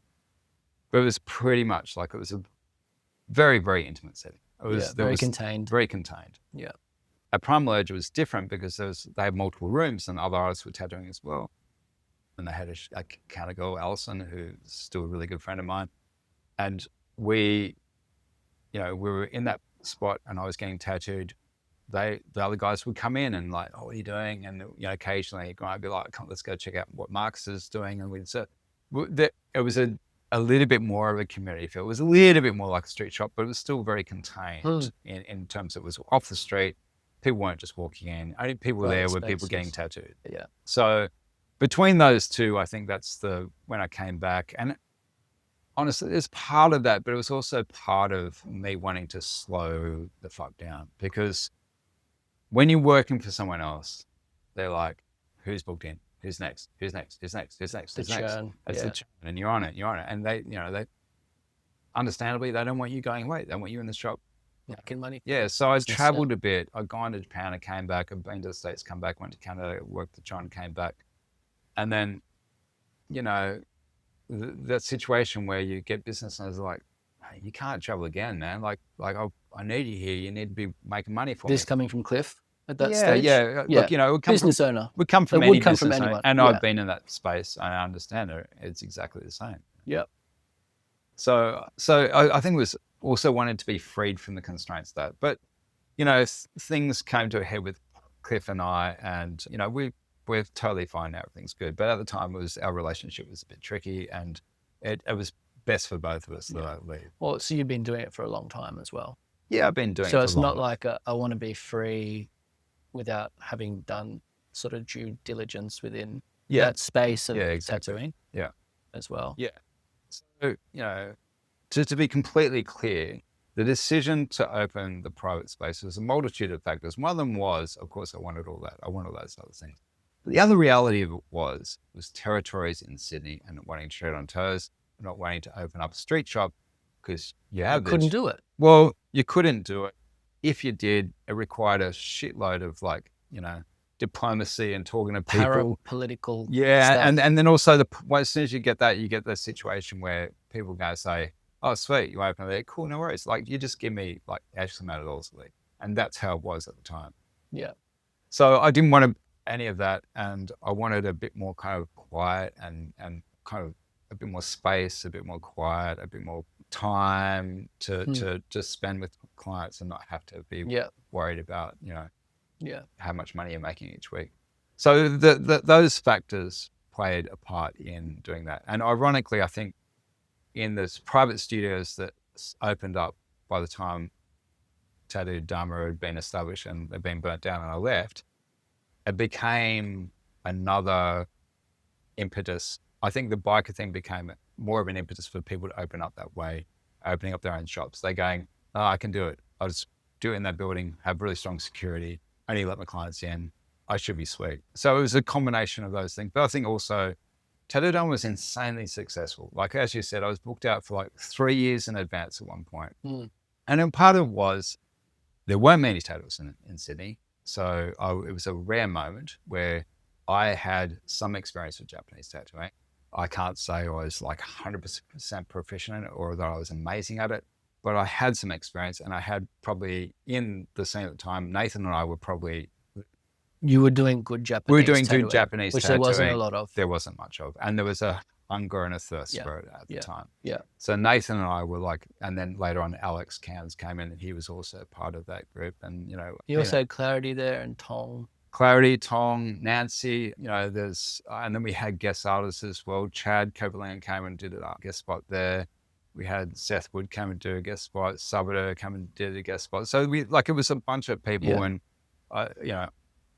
more than likely I've left people out and I'm deeply sorry. But it was a hub. It was a hub sure. that was happening. There was lots of things going on.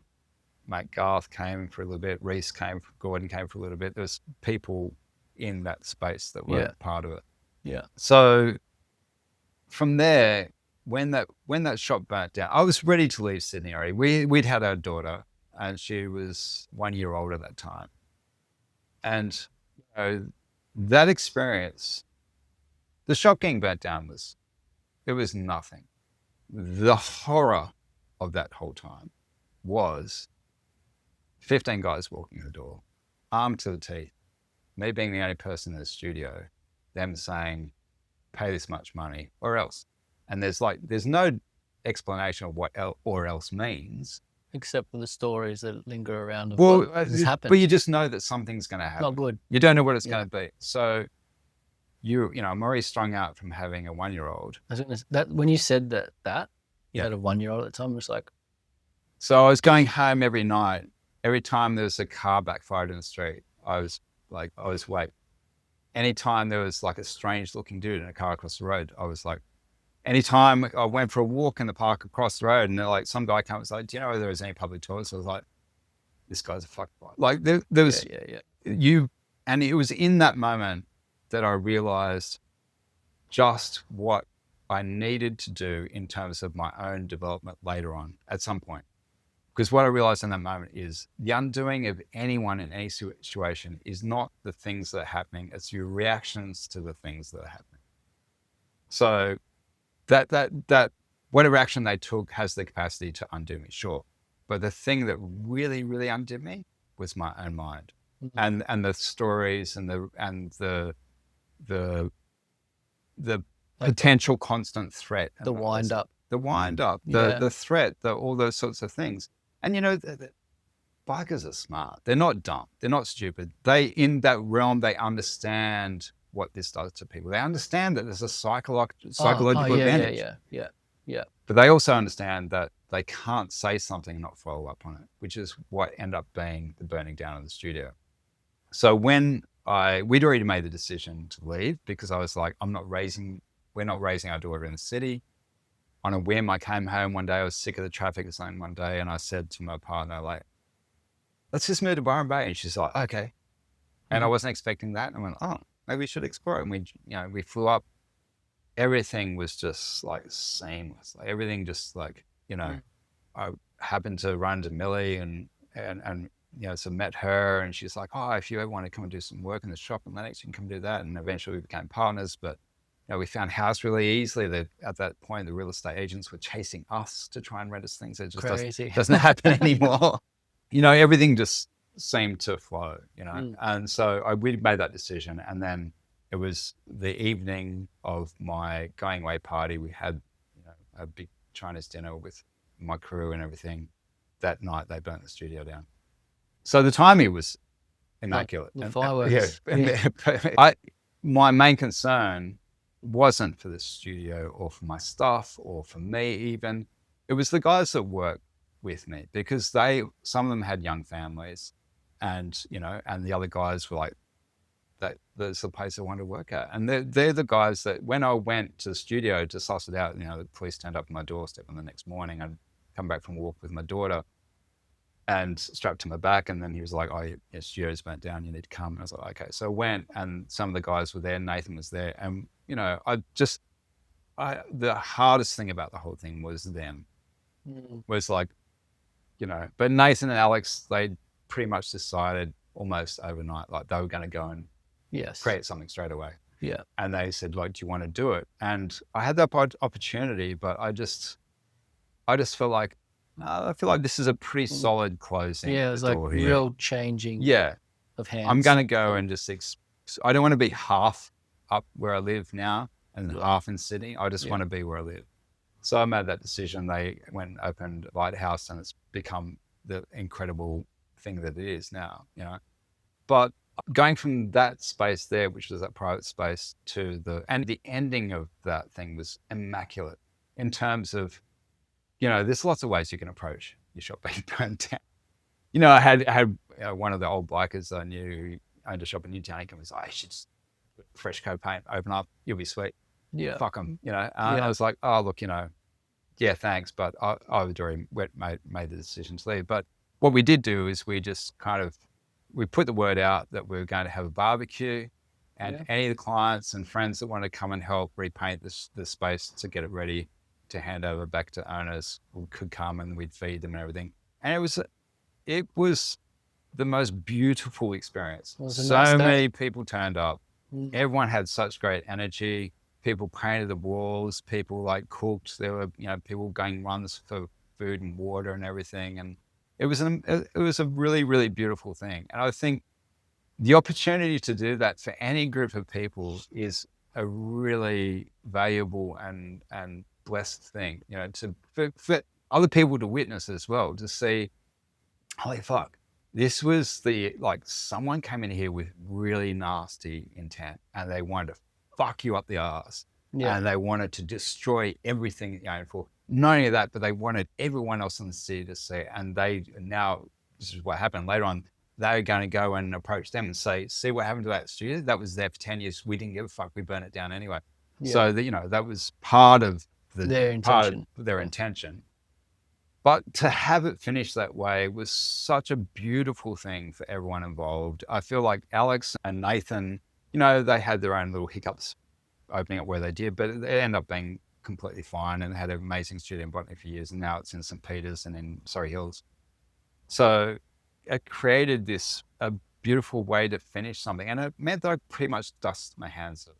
The implications of that experience, though, went with me in terms of what was happening in my nervous system. Yeah. And luckily, there's a brilliant healer that I found in Bellingen, who I won't tell him his name because he's already too busy. Yeah. But he was able to just turn the alarm clocks off. Dissolve some of the... He has I've never come across anyone like him who can just reach into your body and just go, yeah, we're just turning that off.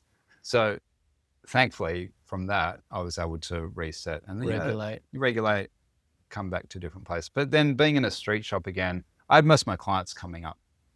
They would make the trip because it was pretty cheap back then. Yeah. Beautiful place in the world. Yeah, have a little holiday. The hotel around the corner was really thankful for me. They told my clients to bring extra towels so they didn't stain their sheets and everything. Considerate. Yeah. So, that was great. But then things changed over time, and eventually Sydney got richer and richer with the amount of people doing great tattooing there, which is completely fair enough. I had clients suddenly go, oh, look, I was going to get my arm done by you, but Alex is doing really great work. Nathan's doing great work now. All these other guys doing great work there. I think I'm just going to go get, Ryan, Garth, all these guys, I'm going to go get tattooed by them. And it's yeah, sweet, go. I'm not attached to that. I'm not one of these tattooists that's you're my client. Yeah. So that was happening more and more, but also just being in a street shop, it was oh, there's a bit more space now.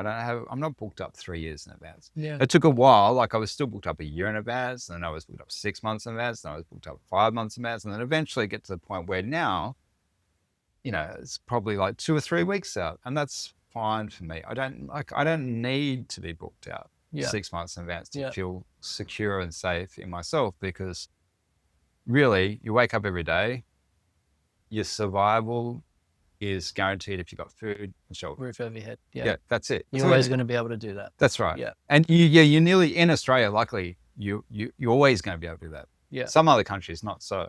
Yeah. But in Australia, for the time being, it's generally going to be given. So our ideas of what we need for survival is, some people it's if we don't have 5 Porsches and 6 houses and can travel my Learjet, I'm not surviving.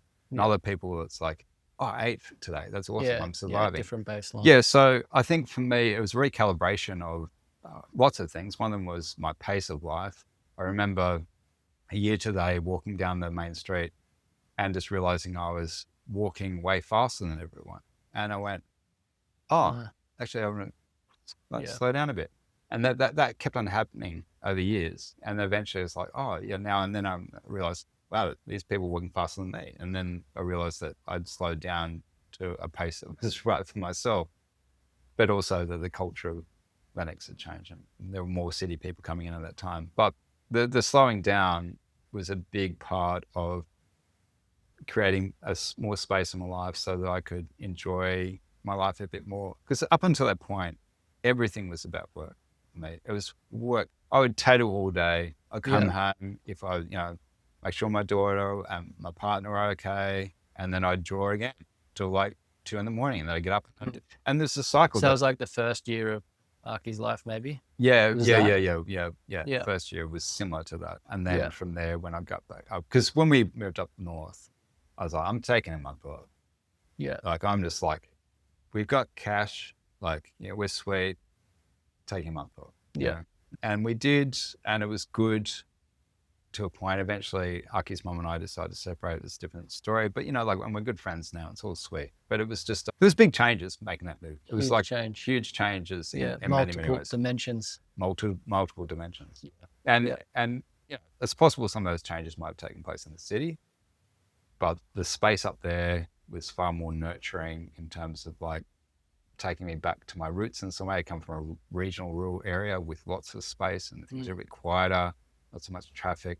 So I was able to have that experience of change up there. But in terms of the shop, I was now working a bit more of a street shop. And so I had a mixture of feelings about it for a while, For a while, I was like, oh, I miss my old studio. I miss having like especially when there's like 7 people in the room getting tattooed and then, No Effects is blaring on the radio. I like No Effects, but like, it's just like, you have that sort of situation. You're not in control of the environment anymore. You don't have that way. You can't curate it to make it perfect for you and your client.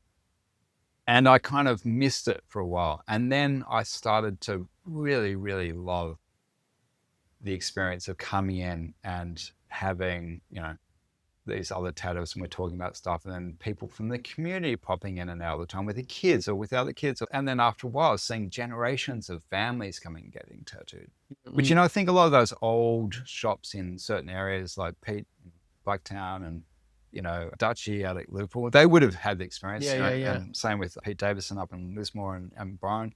You have that experience. And it's a beautiful experience of like, I tattooed your dad. And then eventually, like, I tattooed your granddad, which is crazy to have that experience, but it's a beautiful thing to have that. And so I started to appreciate it more and more. Yeah, well, this is really starting to tighten and ground that idea of the good street shop that you were framing up before being potentially our version of what's existed before. Yeah. If you get that intergenerational thing, if you get that geographic specific sort of culture of the shop and the place, starting to see that more. Yeah, definitely. Yeah. And it's bringing in a little bit of that thread where you said each generation has this kind of like a spin-off and a buzz into what the new thing is, but sort of settle back towards what's always worked as well. Yeah.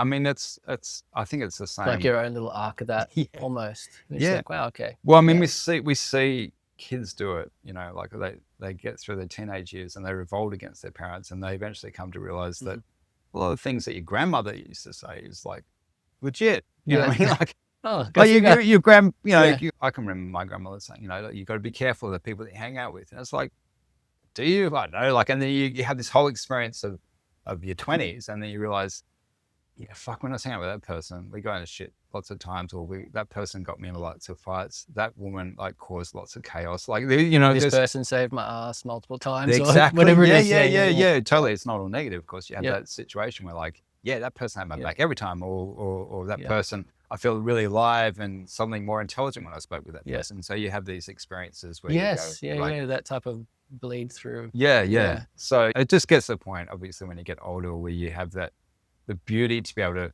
the beautiful moment where you get to look back and go, it's kind of comical because every generation does it. We like the pattern almost. Yeah, it's like parents and. I had someone explain it with Japanese carpentry.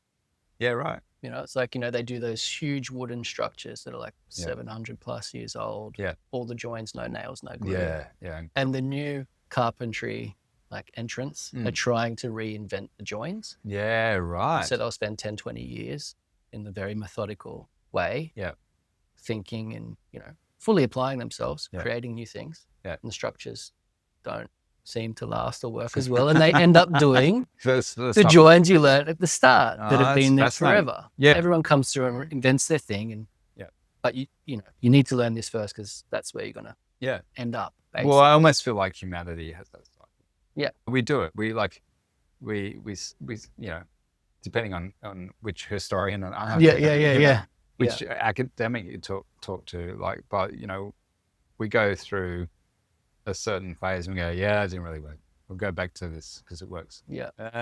We go, that didn't really work. We'll go back to this because it works. Yeah. You know? Yeah. And I suspect it'll probably happen again at some Of point in the course. future, you know, whether it's Mad Max version or whatever Yeah. before, or it's just some cataclysm where, you know, like you're saying, like the younger versions of you and I will sit there and it's like, what do you get a tattoo? Like, Yeah. you know, what do you reckon we should do? Oh, the sun. It looks like maybe like a circle with some little things. Yeah, that's sweet. That's going to be the sun. Or like, what about a woman? Oh, I don't know, maybe like a little figure eight or something. Yeah, cool. That's great. Or what about like a frog? You know, and so they get to develop that language. And I use that way now with people that come to me and they want tribal work. I just say to them, you like Polynesian work. You're not Polynesian. You like Maori work. You're not Maori. We're not doing that. But what we can do is, like, you tell me the things that mean something to you in life. Your kids, surfing, driving, like video games, whatever. And then we'll use something, we'll create our own language with visual language. Visual language, which is ironic because I started doing visual communication and then I left after a year and a half because I was already getting work and I couldn't afford to be a student and I ended up becoming a tattooist. But here I am at the end, actually going back into that visual communication idea that you can create your own visual language. So you're doing like the individual lexicon for each person. Yeah, that's right. Yeah, it doesn't. And it, well, that's all tattooing is at the end of the day, right? When we start combing it, it's like, okay. Yeah, exactly. Tell me about all of the things that you have on you. Yeah. You piece it together. Yeah, totally. And, you know, it's... But that's a good little side note because I was going to ask, and we skipped past it, whether you do say no to anyone. You know, in this like meeting the spectrum, it's like there's a layer of you've seen and done a lot. Yeah. And so, you know, a tattoo can be something that's like, I don't know, misplaced or, you know, not appropriate. In sort of rare cases, you can see it. You know, it's like a lot of the time, who are we to say that? Yeah. But at the same time, like the ones you just mentioned. I've got a story to tell about that. Okay. So I was working at Cliff Street shop and this young guy comes in, he wants a girl's name on it. Didn't ask any questions, got the stencil, stuck it on him, started tattooing it. And then we start chatting.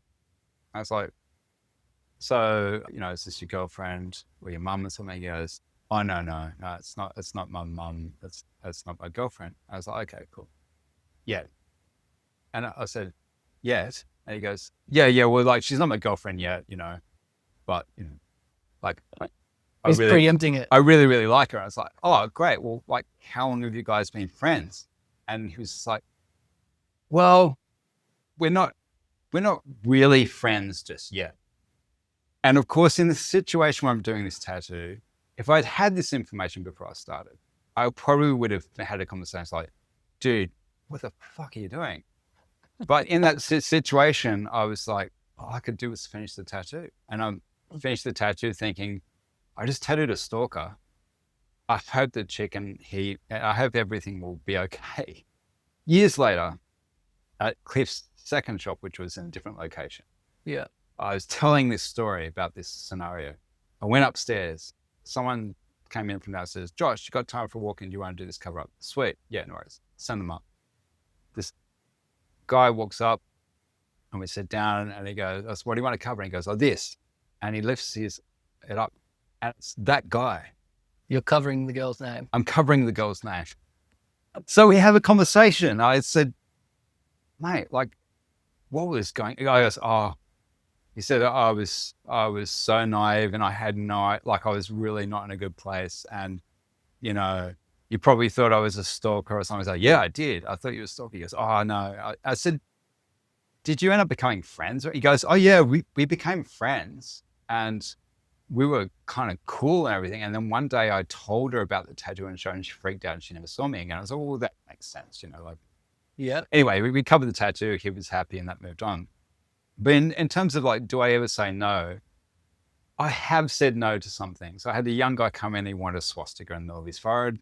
I asked him if he was Hindi or Buddhist. He didn't understand what I was talking about. I was like, well, I'm not doing it. He didn't understand why. I said, look at me. Do I look like an Aryan race person? You know, like, but for him, it had nothing to do with anything. He just wanted, it was kind of more like a shock value, I think, in a way.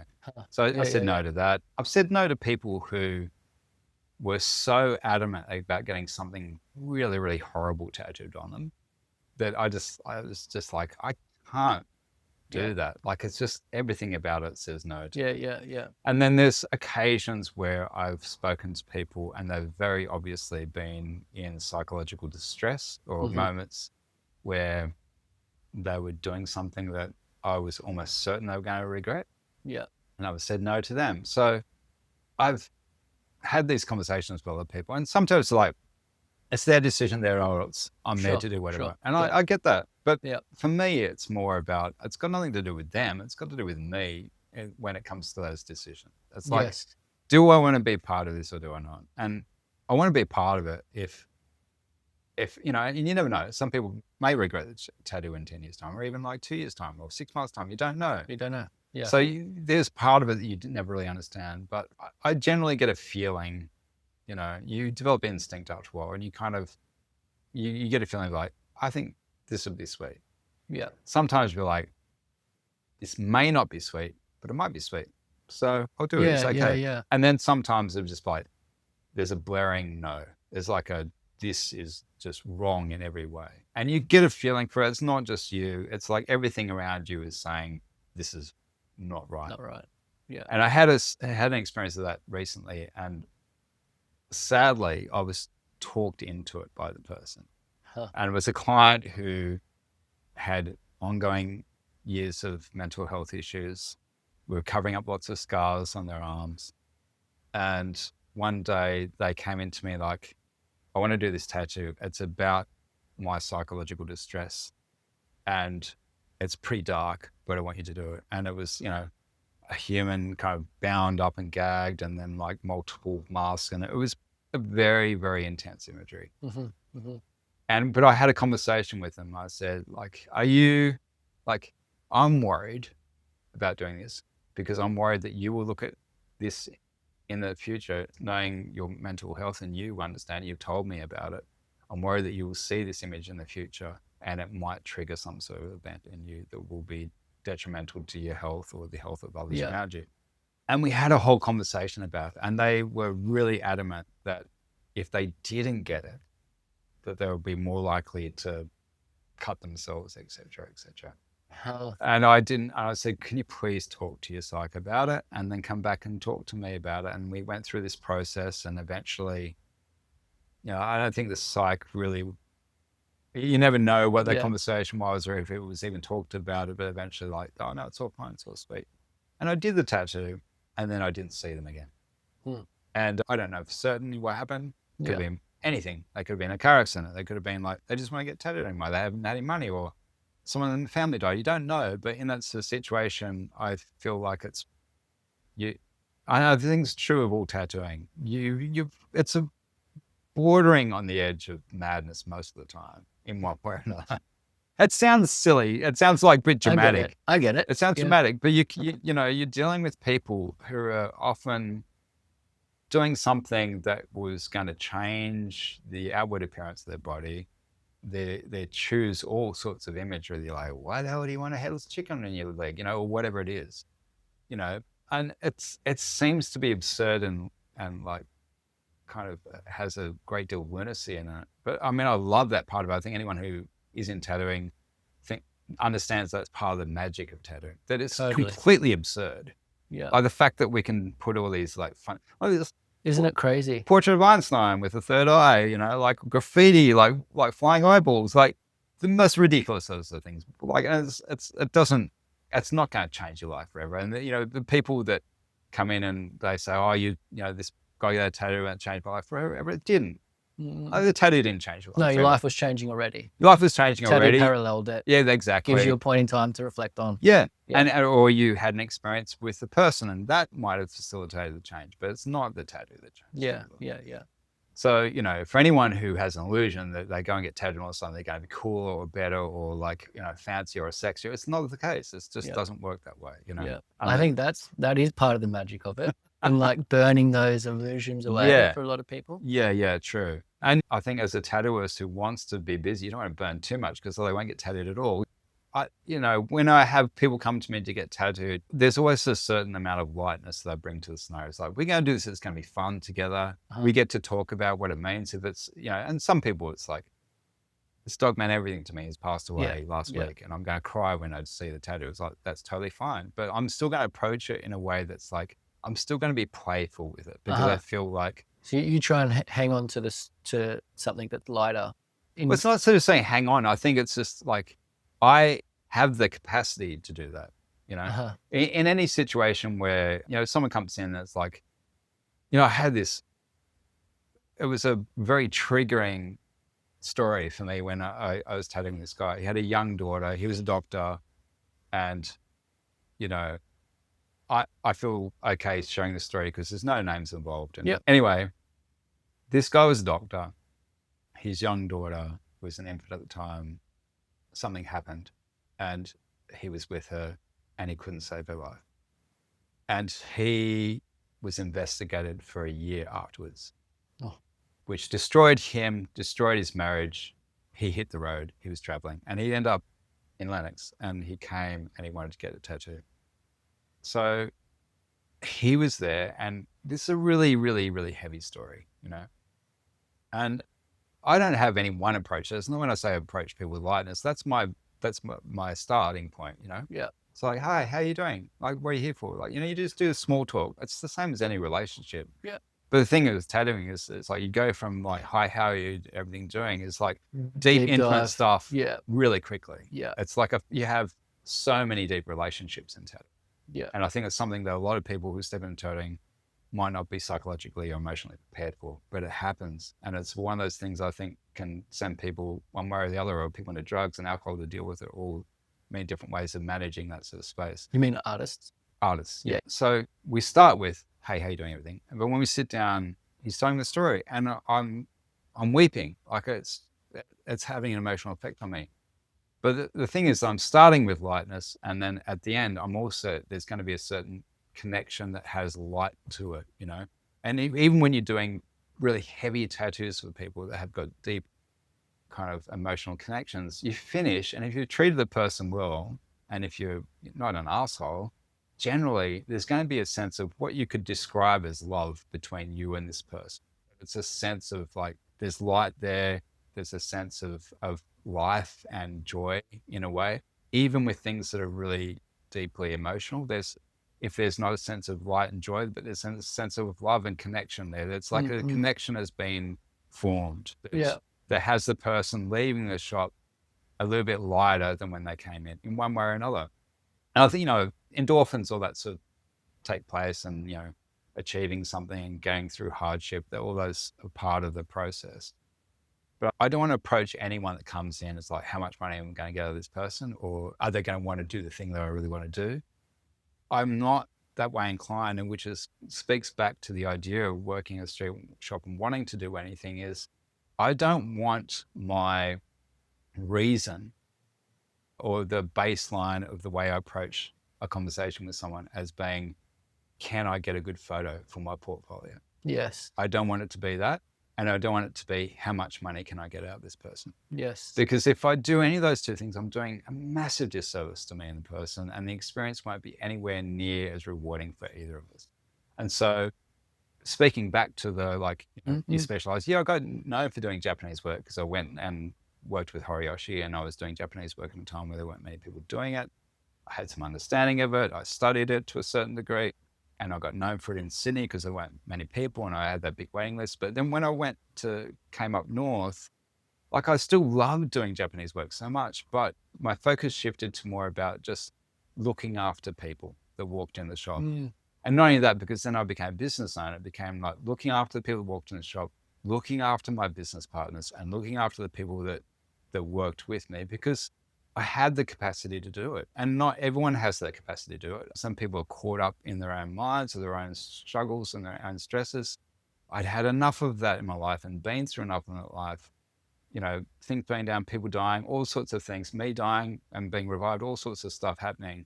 And then you realize that most of us can deal with far more than we think if we just find a way to be able to create a bit more space in ourselves. And for me, meditation, surfing, all these other different sorts of things, a way of creating that space to be able to do it. But I think when you're making that transition from working in a private studio to a street shop, I think a lot of people would see that as like a going down. Like you're going from like, hey, you booked up for 3 years and everything, and all of a sudden, like now you're just working a street shop and you're doing like, names or like portraits or whatever. But for me, it was a massive increase in my feeling of connection and well-being in myself, and also a deep, deep feeling of community and the rewards of walking into a space every day, having connections with people that I worked with, and that people popping in and out all the time. Like, John, I haven't seen you for ages. What have you been up to? How's your kids? And you have this experience that is far more rewarding than having 100,000 followers on Instagram, having to work 24 hours a day to feel like you're worth something, doing the same thing in and out, like day in and out now. Oh, what do you want? I want another, like one of those dragons that you did on that person. Same thing that you did. Same thing, And so I feel very blessed to be able to have had that experience across the whole trajectory. And it's my experience. Everyone's going to have their own experience, and other people feel blessed doing just the one style of tattooing that they love all the time, which is great. And so it's just different for every people. There's lots of different ways that people can engage with it, but what you're speaking to is something that I've started to notice myself as well. I've said it's like taking off the artist hat, and it's like there's a paradox here. It's like obviously you're still having to be an artist when you're tattooing, but the idea of wanting to do a design that I want. Yeah. And so I try to approach, even if someone does want something that they might have seen me do already. I'm really interested in what their tattoo actually needs to be. And a lot of the time, the information's kind of already there if they've got existing tattoos. You don't need to add a new style. And so it's like, okay, can I just do what seems to be the most appropriate thing there? Yeah. Opposed to like what I want to do. Yeah, I mean, for a photo. Because it's like I can do that on a piece of paper and take a photo. I mean, I think that mentality is pretty rare. And I think it's a real gift to the people who are getting tattooed, because anywhere you go where you're watching people tattooing, they're like, oh, yeah, like they had this tattoo down there, this down there. And like, so like, I'm just going to do this one here. And they like disregards all these disregards all the other things. Yeah. And also sometimes disregards any future plans of the person. Well, it's a common thing. You go to tattoo someone's back and they've got like half a rib piece sticking around the back, and the artist hasn't thought about that sort of stuff, which is more of a technical thing. But we should go there with some of this though. I think bringing some technical stuff in would be good. Yeah, okay. Because our background is, yes, you're tattooing me and, we've become mates, but it's like there was some really foundational technical stuff that you shared with like myself and Brett and everyone you're around that has just carried through as like the background, regardless of what you're doing. It's like a lot of it was Japanese formulation and stuff. Yeah, view. But how considerate that perspective is actually of the whole thing. We're kind of talking to each person has a tattoo. Yeah. Very Japanese thing. You got one tattoo. Yeah. Right? Yeah. And it's theirs. That's right. Yeah. And you're helping create it. Yeah. Whereas the contemporary thing we're talking about with the more collecting and specializing, I don't want to keep using the word, but this like self-interest in what you're creating as an artist means people are disregarding the person's whole tattoo in a way that serves their photo or what they want to do with their tattooing and stuff. Happen. What do you think would be maybe some of the keys, let's say? Someone who's coming in and wanting to be in tattooing for the long term, but they're in maybe a newer stage with it, and their influences are, what's trending, what's online, but like this zoom out, what's really going to serve someone long term as a craft person that's tattooing, that serves their clients too. Yeah. Look, I mean, obviously there's no one answer to that question. I think the most important thing for me as a tattooist and someone who gets tattooed, well, rarely these days, but it has in the past a lot, is that first of all, the experience itself is at the very least really benign. And in the best possible circumstance, really, really positive. So forgetting anything else is that, So sometimes that means, as an artist, maybe doing things that you don't think are great. You know, we went through that process of like, it's for me tattoo, which was, you know, we never used to put names or anything else like that facing the person. It was always the right way. So when they're walking or around, facing forward, any of those sorts of things, you know. And then we would have that. I had that conversation so many times over so many years. And I think at one point I just went, "You're right. It's for you. Going upside down, I'll do it. Or upside down, I'll do it." And I would still present to them the alternative of like, okay, well, if you put it here, which way would you have it? And they'd be like, this way. It's like, okay, well, like, you know. But there were some people like, no, I still want it upside down. It's just fine. Yeah. So, you know, I think the primary goal is that the person is happy with what they get. Like across the board, it doesn't matter what it is, that they are happy with it. And look, you know, some people are happy with tattoos that you think are shit. Right. From another artist or for placement wise for you or anything like that. But ultimately, it's their body, it's their decision. They're the ones. You can, as a professional, you can inform them and offer up as much information. I think that's really important as an artist to do, is to like give them all the information. If they're getting tattooed on their finger, like you say, these are all the possible things that can happen. If they're doing color outline, these are all the things that can happen. This is what happens over time. These gaps going to fill in, et cetera, et cetera, et cetera. You want to inform the person as much as possible. So some responsibility to inform of all of the things that you can see. Well, it's informed consent. That's what it is. Like that's what it is. You're informing the person, they can make the decision, and then you can decide as the provider of that service whether or not you want to do it. So I think that's the primary concern. The second concern for me personally is the longevity of the tattoo. Like, is it going to last long? And, you know, in all ways, like, it's like, okay, you want to get your partner's name. Is the relationship going to last forever? Okay. How long have you guys been together? Like, you know, like, and there's no guarantee. They could have been together 30 years and then next week she throws them out or whatever, you know, there's no guarantee with that sort of stuff. So in terms of the longevity, there's longevity in that way. And there's longevity in terms of like, you're really into Pokemon now and you're like 19, like when you're 60 or when you're 50 or when you're 40 or when you're 35, do you still want whatever character on your arm, you know, like this big in bright color? Is that still going to be? So there's that conversation as well.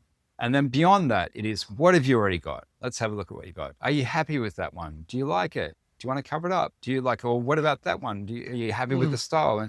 And talk, to have the conversations. But a lot of our artists just disregard what the person's got and they just think, where can I put this that'll look good for me in my portfolio? But I think it's important, if you want to give a person a really good experience that will have them come back as like, that person really took the time and was really wanted to, and this is not just about business sense, but it is also about business sense in terms of like, well, it's beneficial in business sense. It's beneficial, yeah. If you want the person to come back and feel like they've had a good experience with you, it's not the reason that you want to do this, but it's also part of it, is you want to make sure that you've taken enough interest in who they are, their story, what has been going on for them, where they've been tattooed, so that you can talk with them about what you're about to do.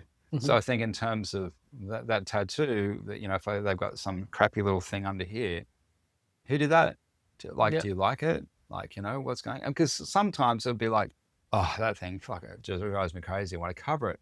And then you've got an opportunity like, well, do you want to cover it now? We can cover it up with this tattoo, or we can't cover it up with this tattoo, but maybe we want to put this really nice tattoo over here. And then later on we could talk about getting that covered up. And so you just, this is all just part of basic social interaction, in which, you know, when you're raised in a certain era, seems to be far more prevalent than when you're raised in a different era. That's what we were talking about before, with just interacting with people on the bus or the train. And being curious and asking questions. So I think a level of curiosity is like, the more curious you can be about a person when you're tattooing them, better. The better in every possible scenario, you know? I mean, there's some people, obviously, like, you know, I've tattooed people in the past where I didn't want to ask too many questions because I knew what they did and I didn't want to have any part of that. So I'm not going to ask those questions to those people. But, you know, for most people, more information is better. You want to talk about sort of situations. Well, I guess from the technical point of view, what you're talking about, it's so good hearing you say it. Because, I mean, my experience getting tattooed by you is like, I didn't really have much. So we're building from scratch. But I found more and more this layer of wanting to comprehend more fully what someone's tattoo process is, because there's patterns in it and stuff. And so what things have and haven't worked for them. That's right. Yeah. To give myself a clearer shot at making sure it's going to land really well. Yeah, that's right. That's exactly right. Yeah. Land well. Yeah. But when you get someone who's just like, oh, is that finished? No. Oh, is that one finished? No. Yeah. Oh, okay. Like, why haven't you got finished? Do we want to start something big again, or do we want to feel good to have those complete? Or, that's right. Like, who's doing it? Are you going to get it finished? Like, do you want me to, like, can we? Yeah. Sometimes be like, yeah, but can we do this one first? Like, sweet. No worries. We have that conversation, but at least you're having a conversation about it. Yeah. You're allowing an opportunity for a person to discover something about themselves one way or another. They don't have to. It's not that they have to have some sort of crazy high revelation about their life and their experiences and everything, but you're allowing opportunity. It's the same with any interaction with any human being. It's like you're allowing space for something to happen. It doesn't have to be life-changing. Sometimes it can be, and you have no idea that it's going to be. Yeah. I've had this experience where he's a very successful painter now and doing really well in lots of facets of his life. He came up to me to a convention. Couldn't even remember the conversation that we had, but he came to me and was like, thank you so much for encouraging me to go down this path. And I was like, dude, I'm like, that's awesome. I can't remember the conversation, but I'm thankful. And this is the thing a lot of us don't understand. We really misunderestimate the impact that the small, simple things can have on the world around us and people's lives. It can literally be like you pass an old person in the street and you say, hey man, how you doing? And they turn like, oh, hi. You don't know, that could have huge effect to them. Huge ripple, yeah. Yeah, they can go like walk to their car and feel a little bit lighter, or a little bit more connected, or like people they be seen, like that's particularly the case for old people. Often they just feel that they're invisible. But it happens in all sorts of ways. It doesn't always work. Some people like don't want to talk to you and everything. But even if they don't want to talk to you and you've had that interaction, they've had the impact of like, later on they might feel like, oh, that person said hello and I didn't say hello and I feel a bit bad about that. So any interaction that you have, any sort of little movement that you have in your life has an effect. For sure. And it's sad that we come to this situation where if it's not recorded on social media, if it's not a big hoo-ha, if you're not like doing a course or creating a course or holding a course or being a mentor or being a life coach or any of these other things, are you shaman or not, whatever it is, if you're not doing that, that you feel like you're not doing anything in life. All you have to do is wake up in the morning, walk outside, smell a flower, like pat a dog, smile at someone, not smile at someone, look at the clouds, and you're having an effect on the world. It's like you can't exist. It's happening all the time. It's happening all the time. It's just people aren't aware of it. I was going to say it's attention. Just having the attention and the awareness. That's what. Yeah, well, I mean, you can play with that as much as you want. You don't have to. Like, you don't even have to do those things. You don't have to pay attention. You can still go out and have those experiences, and it still changes the world, whether you're aware of it or not. Yeah. Because our reality is that each of our presence in the world is affecting the world and is changing it. Yeah. But like you said, it's sad that people think you need to be doing something with it for it to be validated, right? Yeah, or that has to be big, or that you have to have this completely coherent plan as well. Well, the thing that we're saying though with the tattooing specifically is like, I don't know, these moments when you get tattooed, there's something built in, some type of function of the tattoo it does stand out for the person because it's there. You can recall tattoo time, really specifically, but maybe not a day before or a day after. Yeah. So there's this interesting thing that happens. So I think like that attention that we're talking about to the person, actually caring and being curious is like, it's a really magical ingredient in the experience, I think, Yeah. I mean, the reality is that's accessible to anyone in any place, in any job, at any time. It's very much a part of our occupation because we kind of have to delve into that stuff in order to do our job. You don't necessarily have to do that if you're buying groceries from us. You can. Yeah. But you might not have that experience, but we kind of have to. It's like, what do you want? Do you want it red? Do you not want it red? And that's asking questions that requires something of someone. Whereas in a supermarket, it'd be like, I'll have a packet of chips. Sweet, cool. And then that's it. And there doesn't have to be any other interaction. And I get saddened when I see that sort of transactional behavior happening more in tattooing, where it can be so much more rather than like, what do you want? Evil, sweet, cool, bang, take a photo, Instagram, sweet, cool, people liked it, I get comments, that's great. Yeah. And unfortunately, you see people who exist primarily in that space really suffering emotionally and mentally. Yeah. You can see the lack of connection really messing with their Yeah. world. And I've found some artists that are functioning in that way, not even because they want to No, necessarily, but that's almost right. because it's asked of them. Yeah. The people getting tattooed see it that way Mm. and they just want them to do that and want the photo, like you Yeah. said. They don't have as much contentment with what they're doing. No, Like there's that's less right. fulfillment in the job, right? Yeah, yeah. Which is sad because a lot of them are great artists Yeah. too. But I know this piece for me that's come through and I think came from the Japanese initially of the one tattoo. Mm. You know, I can remember you drawing some stuff and pointing out this, you know, what's the trajectory of Other line. all of the lines and the paths, Yeah. even of the motifs or the characters, you know, to this degree that if you were just drawing a Japanese bodysuit on someone, you know, it makes sense. You're constructing it. But a lot of the time people come in and what you're drawing is going to interact with something else. So that brought the curiosity in and this idea of, okay, this needs to work with that existing one. If it's going to look harmonious and if that's going to translate to it, hopefully feeling and them experiencing it that way as well. Yeah, definitely. You know, which again, I don't think it's fully considered when it comes to that, you know, what we're talking about, people just wanting, whether it's the person getting tattooed or the artist, them just thinking of that piece just in that moment. Yeah, I mean, it's been great working with all the artists in my studio. I've got like, I learn a lot from anyone and everything all the time. And I love that. And I learned that probably primarily from Philip Blue, because my experience with him was I showed him my portfolio and I was like, I don't know how long I've been tattooing, maybe not that long.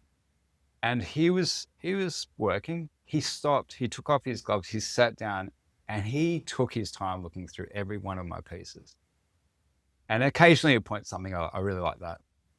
But at the end of it, he handed it back to me. He's like, thank you so much. I've learned something. And he wasn't being facetious. He wasn't doing it just to be nice. He had genuinely learned something. And he said, I've heard him say it in a conversation with someone else, that you learn just as much from a bad tattoo as you do from a good tattoo. And you learn something from anyone and everything. And I've kind of kept that in my mind the whole time. It doesn't matter who the person is. I can look at their work and think it's shit. There's something valuable in everything. You just have to have the eyes to be able to see it. So in relation to what we were talking about, I think we all have this possibility to be able to learn more in every situation. And one of the things that I learned from watching Tom Burry, just a traditional tattooing, is he has those conversations doing the traditional, and I've never seen that done before. Yeah, so like, you got this space there, but if we put this a little bit there, then you kind of like intruding on that space and you might want to put something. And I've never seen that done in a traditional sense before. He's the first person I've seen doing that, but he's the first traditional artist I've seen who does full sleeves of traditional work. So he's considering a more zoomed out thing, even though it's staged. Exactly, yeah. Yeah. So even though he's doing bits and pieces, he's still talking about the long term. Like, you know, do you want, just in case you want to do it later on, this is going to take that space. I think any good artist does that regardless of what style it is, that they go, we can put that there, but it's on this plane, you know, it might distort or look weird, or it's only going to look good from this one angle, or, you know, you encroaching on the other side of the space that might have something nice. Any good artist is going to have those conversations. And I think anyone who has been tattooing long enough will do it automatically without thinking about it, with having to be trained in it. Some people do it more, some people do it less. Some people like just will have to deal with the client. It's like, no, I want it like right there, this tiny little thing right there. Like, like that's just, you know, it's just one of those things. But I think like any good artist technically will understand that that's part of the conversation you have. But again, that comes from having conversation and being curious with the person. Yeah. And also, you know, like transference and experience in spaces and getting tattooed. I think that's one thing we've pointed to a lot, where it's actually getting tattooed is one of the biggest educational arenas, I suppose. Yeah, totally. Where Absolutely. There's lots of people that are not experienced in that way. People aren't getting tattooed as heavily, I think, in order to make their way into tattooing. Yeah, interesting that. I mean, I see it both ways, actually. I see that there's a certain way of being for some young tattoos. Actually, I find it quite prevalent in Brisbane, probably more so than other cities, where they're like, if my face isn't tattooed and my whole neck's not tattooed, I'm not a tattooist. And it's like this thing of like, I just want to get everything covered and it has to be really obviously visible that This is the uniform thing I was this is the talking uniform about. that I'm wearing, that I'm like, if I haven't got all that tattooed, I'm not a tattooist. I'm not completely covered. I love doing whole body suits. I've got no intention of going whole body suit because I don't, and you know, there'll be a tattooist out there to say, he's not real, he's not legit, he's not whatever, but it's got nothing to do with that. Like, I appreciate space around things just as much. It's why I love traditional tattoos. I love Japanese work just as much, but I love doing the Japanese style that I like doing with lots more space and maybe not so cluttered. But I like both. I like all sorts of things, but I'm not going to be defined by a uniform that, you know, someone has come up with this idea that like, if your face is not tattooed, you're not a real tattooist. It's like, sure. Well, what is it? Like, I go, where do we stop? Like, if your back's not tattooed, you're not a real tattooist. It's like, well, I can understand, you know, tattooing someone's back. I don't know if he's sitting there talking bullshit saying, yeah, really sucks getting tattooed around your kidney. Like, I'm not going to say that because you know, maybe my kidney has been tattooed or my ribs or like my asshole, whatever, you know, any of the spaces, you know.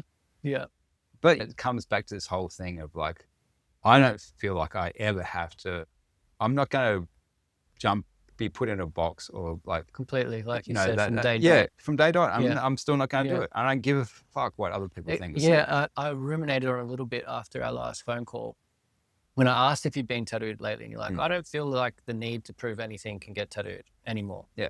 And it made me go like, I'm still getting tattooed though. I'm getting tattooed next week. Yeah, but, cool. But you know, don't like, it's not like I don't want to pretend like I'm never getting tattooed again or fuck tattooing wherever. It's not like that. It just made me think that there is a drive like that, like you're saying, in the scene in lots of places behind so much tattooing, you know, where it is driven by sort of like an outside opinion. Yeah, I mean, it's interesting. It's always going to be there to some degree. There's an interesting term of phrase that happens a lot when you're talking to tattooists. And they say things like, then I'll be done. But they say it in a way of like, then I can relax. I don't have to worry about it anymore.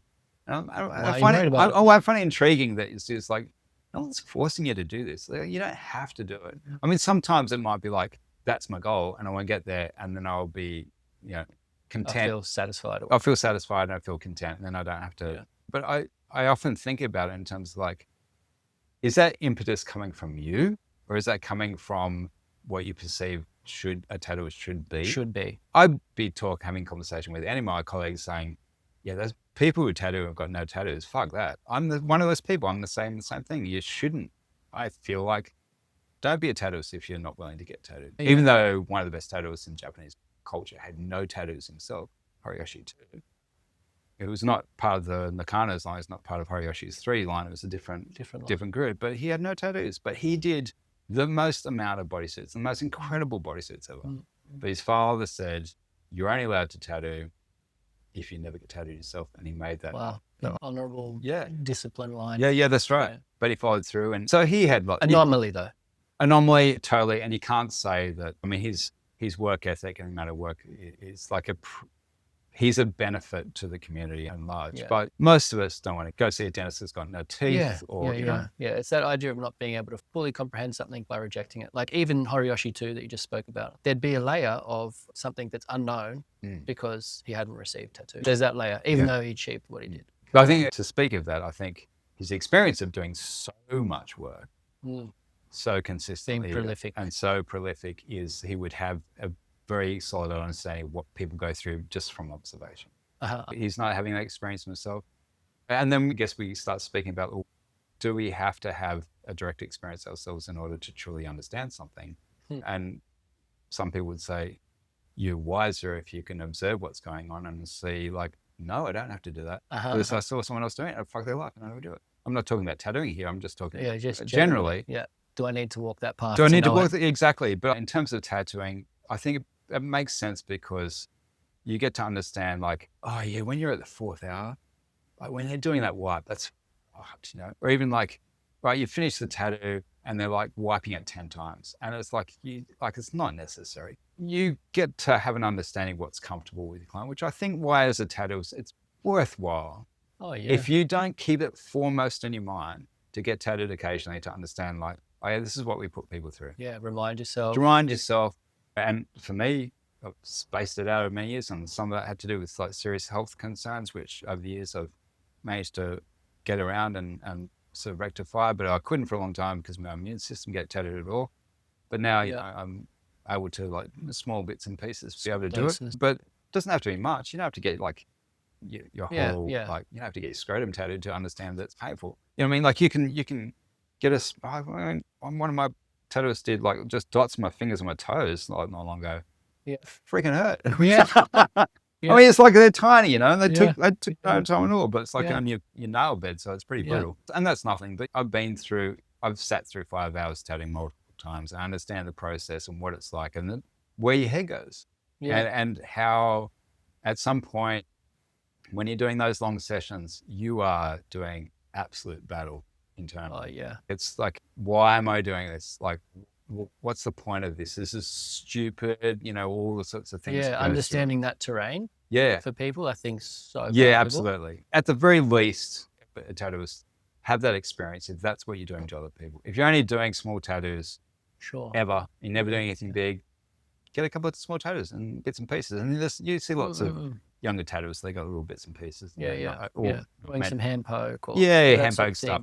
Sure, that's fine. But if you're putting people through like 5-6 hour sessions, you want to at least understand the process for that, just so that you can cater for them. I mean, you can observe them, say, "Are you okay?" and everything else like that. But it's different to being able to discern, like, I know where this person's at right now. They're like, "Fuck this guy." Yes. And fuck this. And fuck this tattoo. And I never want to come and get that tattooed again. Because part of that is you knowing when to pull up from the person and go saying, I think we're done today. I think we've had enough. Knowing when to lead. Exactly. You know, I had this conversation with Matt Cunnington, and Matt's like such a brain, and he was just like saying, "Oh, there's this white paper about, you know, that talked about how people categorize pain and everything like that."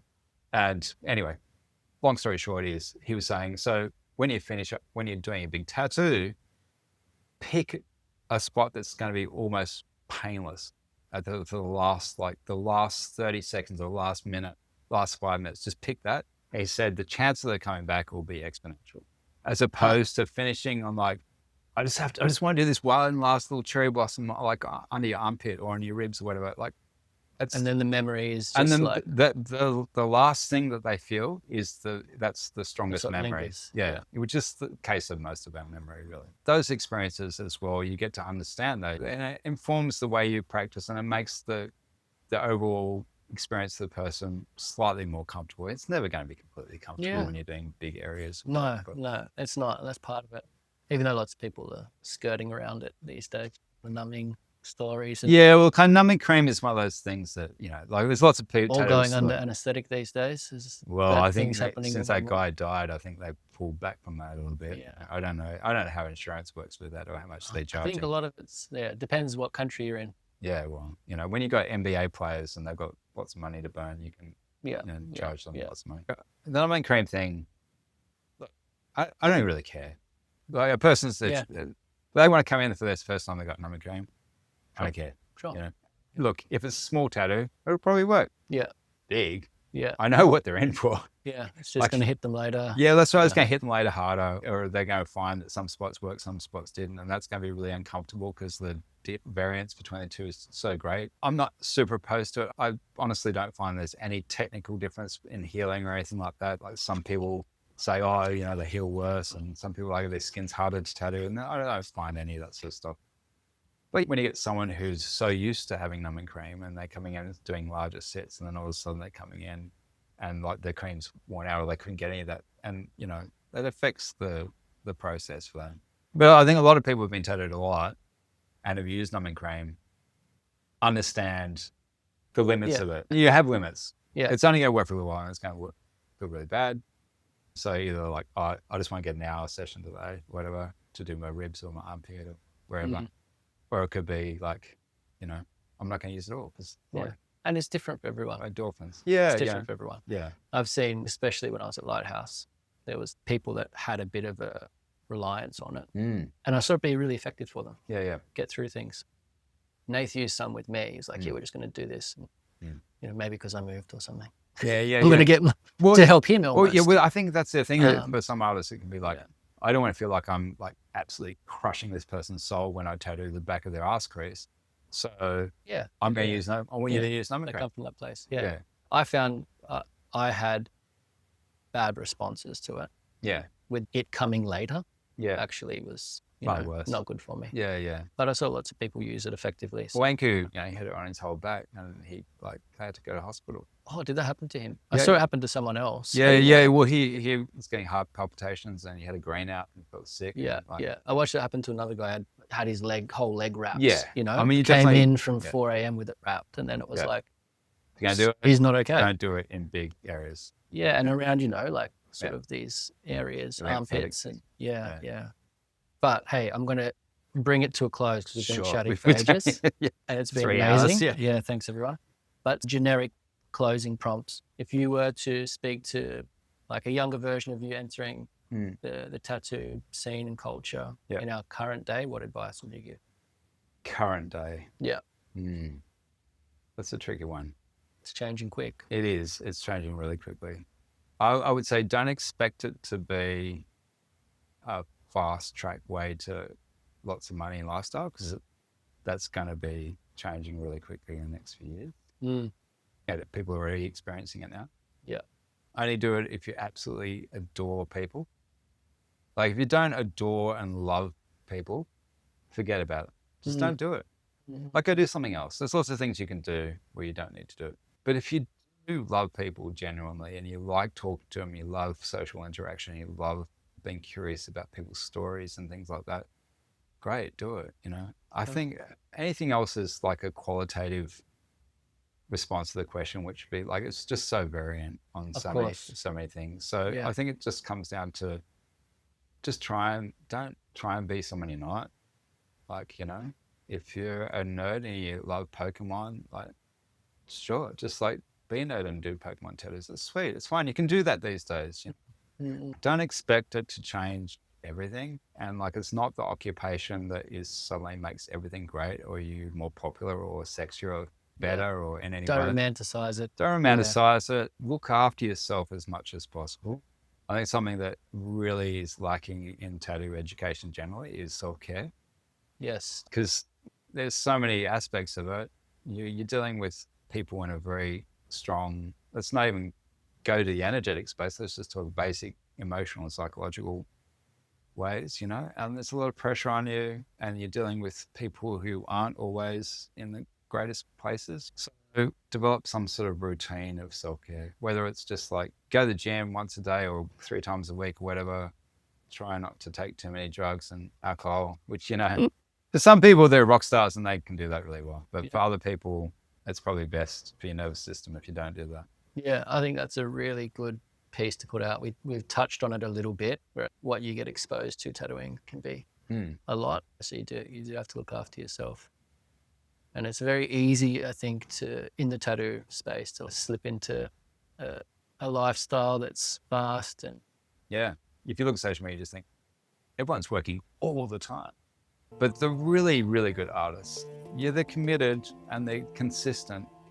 But if they're coming from a place where they have a well-rounded life, they're looking after themselves. Yeah, longevity. It's rare that you get like, that person's really amazing tattooist and, they get baggies like 4 times a week. It's rare. Yeah. And if you're around it long enough, you see that burn people out. Yeah, exactly. And detriment. Yeah. Hey, thanks so much, man. Always. Yeah, pleasure. Appreciate it. Yeah. Good catching Always up. Good chat. Yeah, sharing stuff. If some people get something out of it. I'm sure they will. Great. It was a long one. If you stuck with us and followed along, I hope you got something out of it. Thank you, Josh, again, for taking the time out to have a chat. And if you want to connect with Josh anymore, or you want to get some work done by him, see the beautiful artwork and tattooing that he does, or see the space that he's sort of captaining in Lennox Head at Rock of Ages, you can check out the website, which will be in the show notes below, and his personal profile as well. Okay, catch you next time.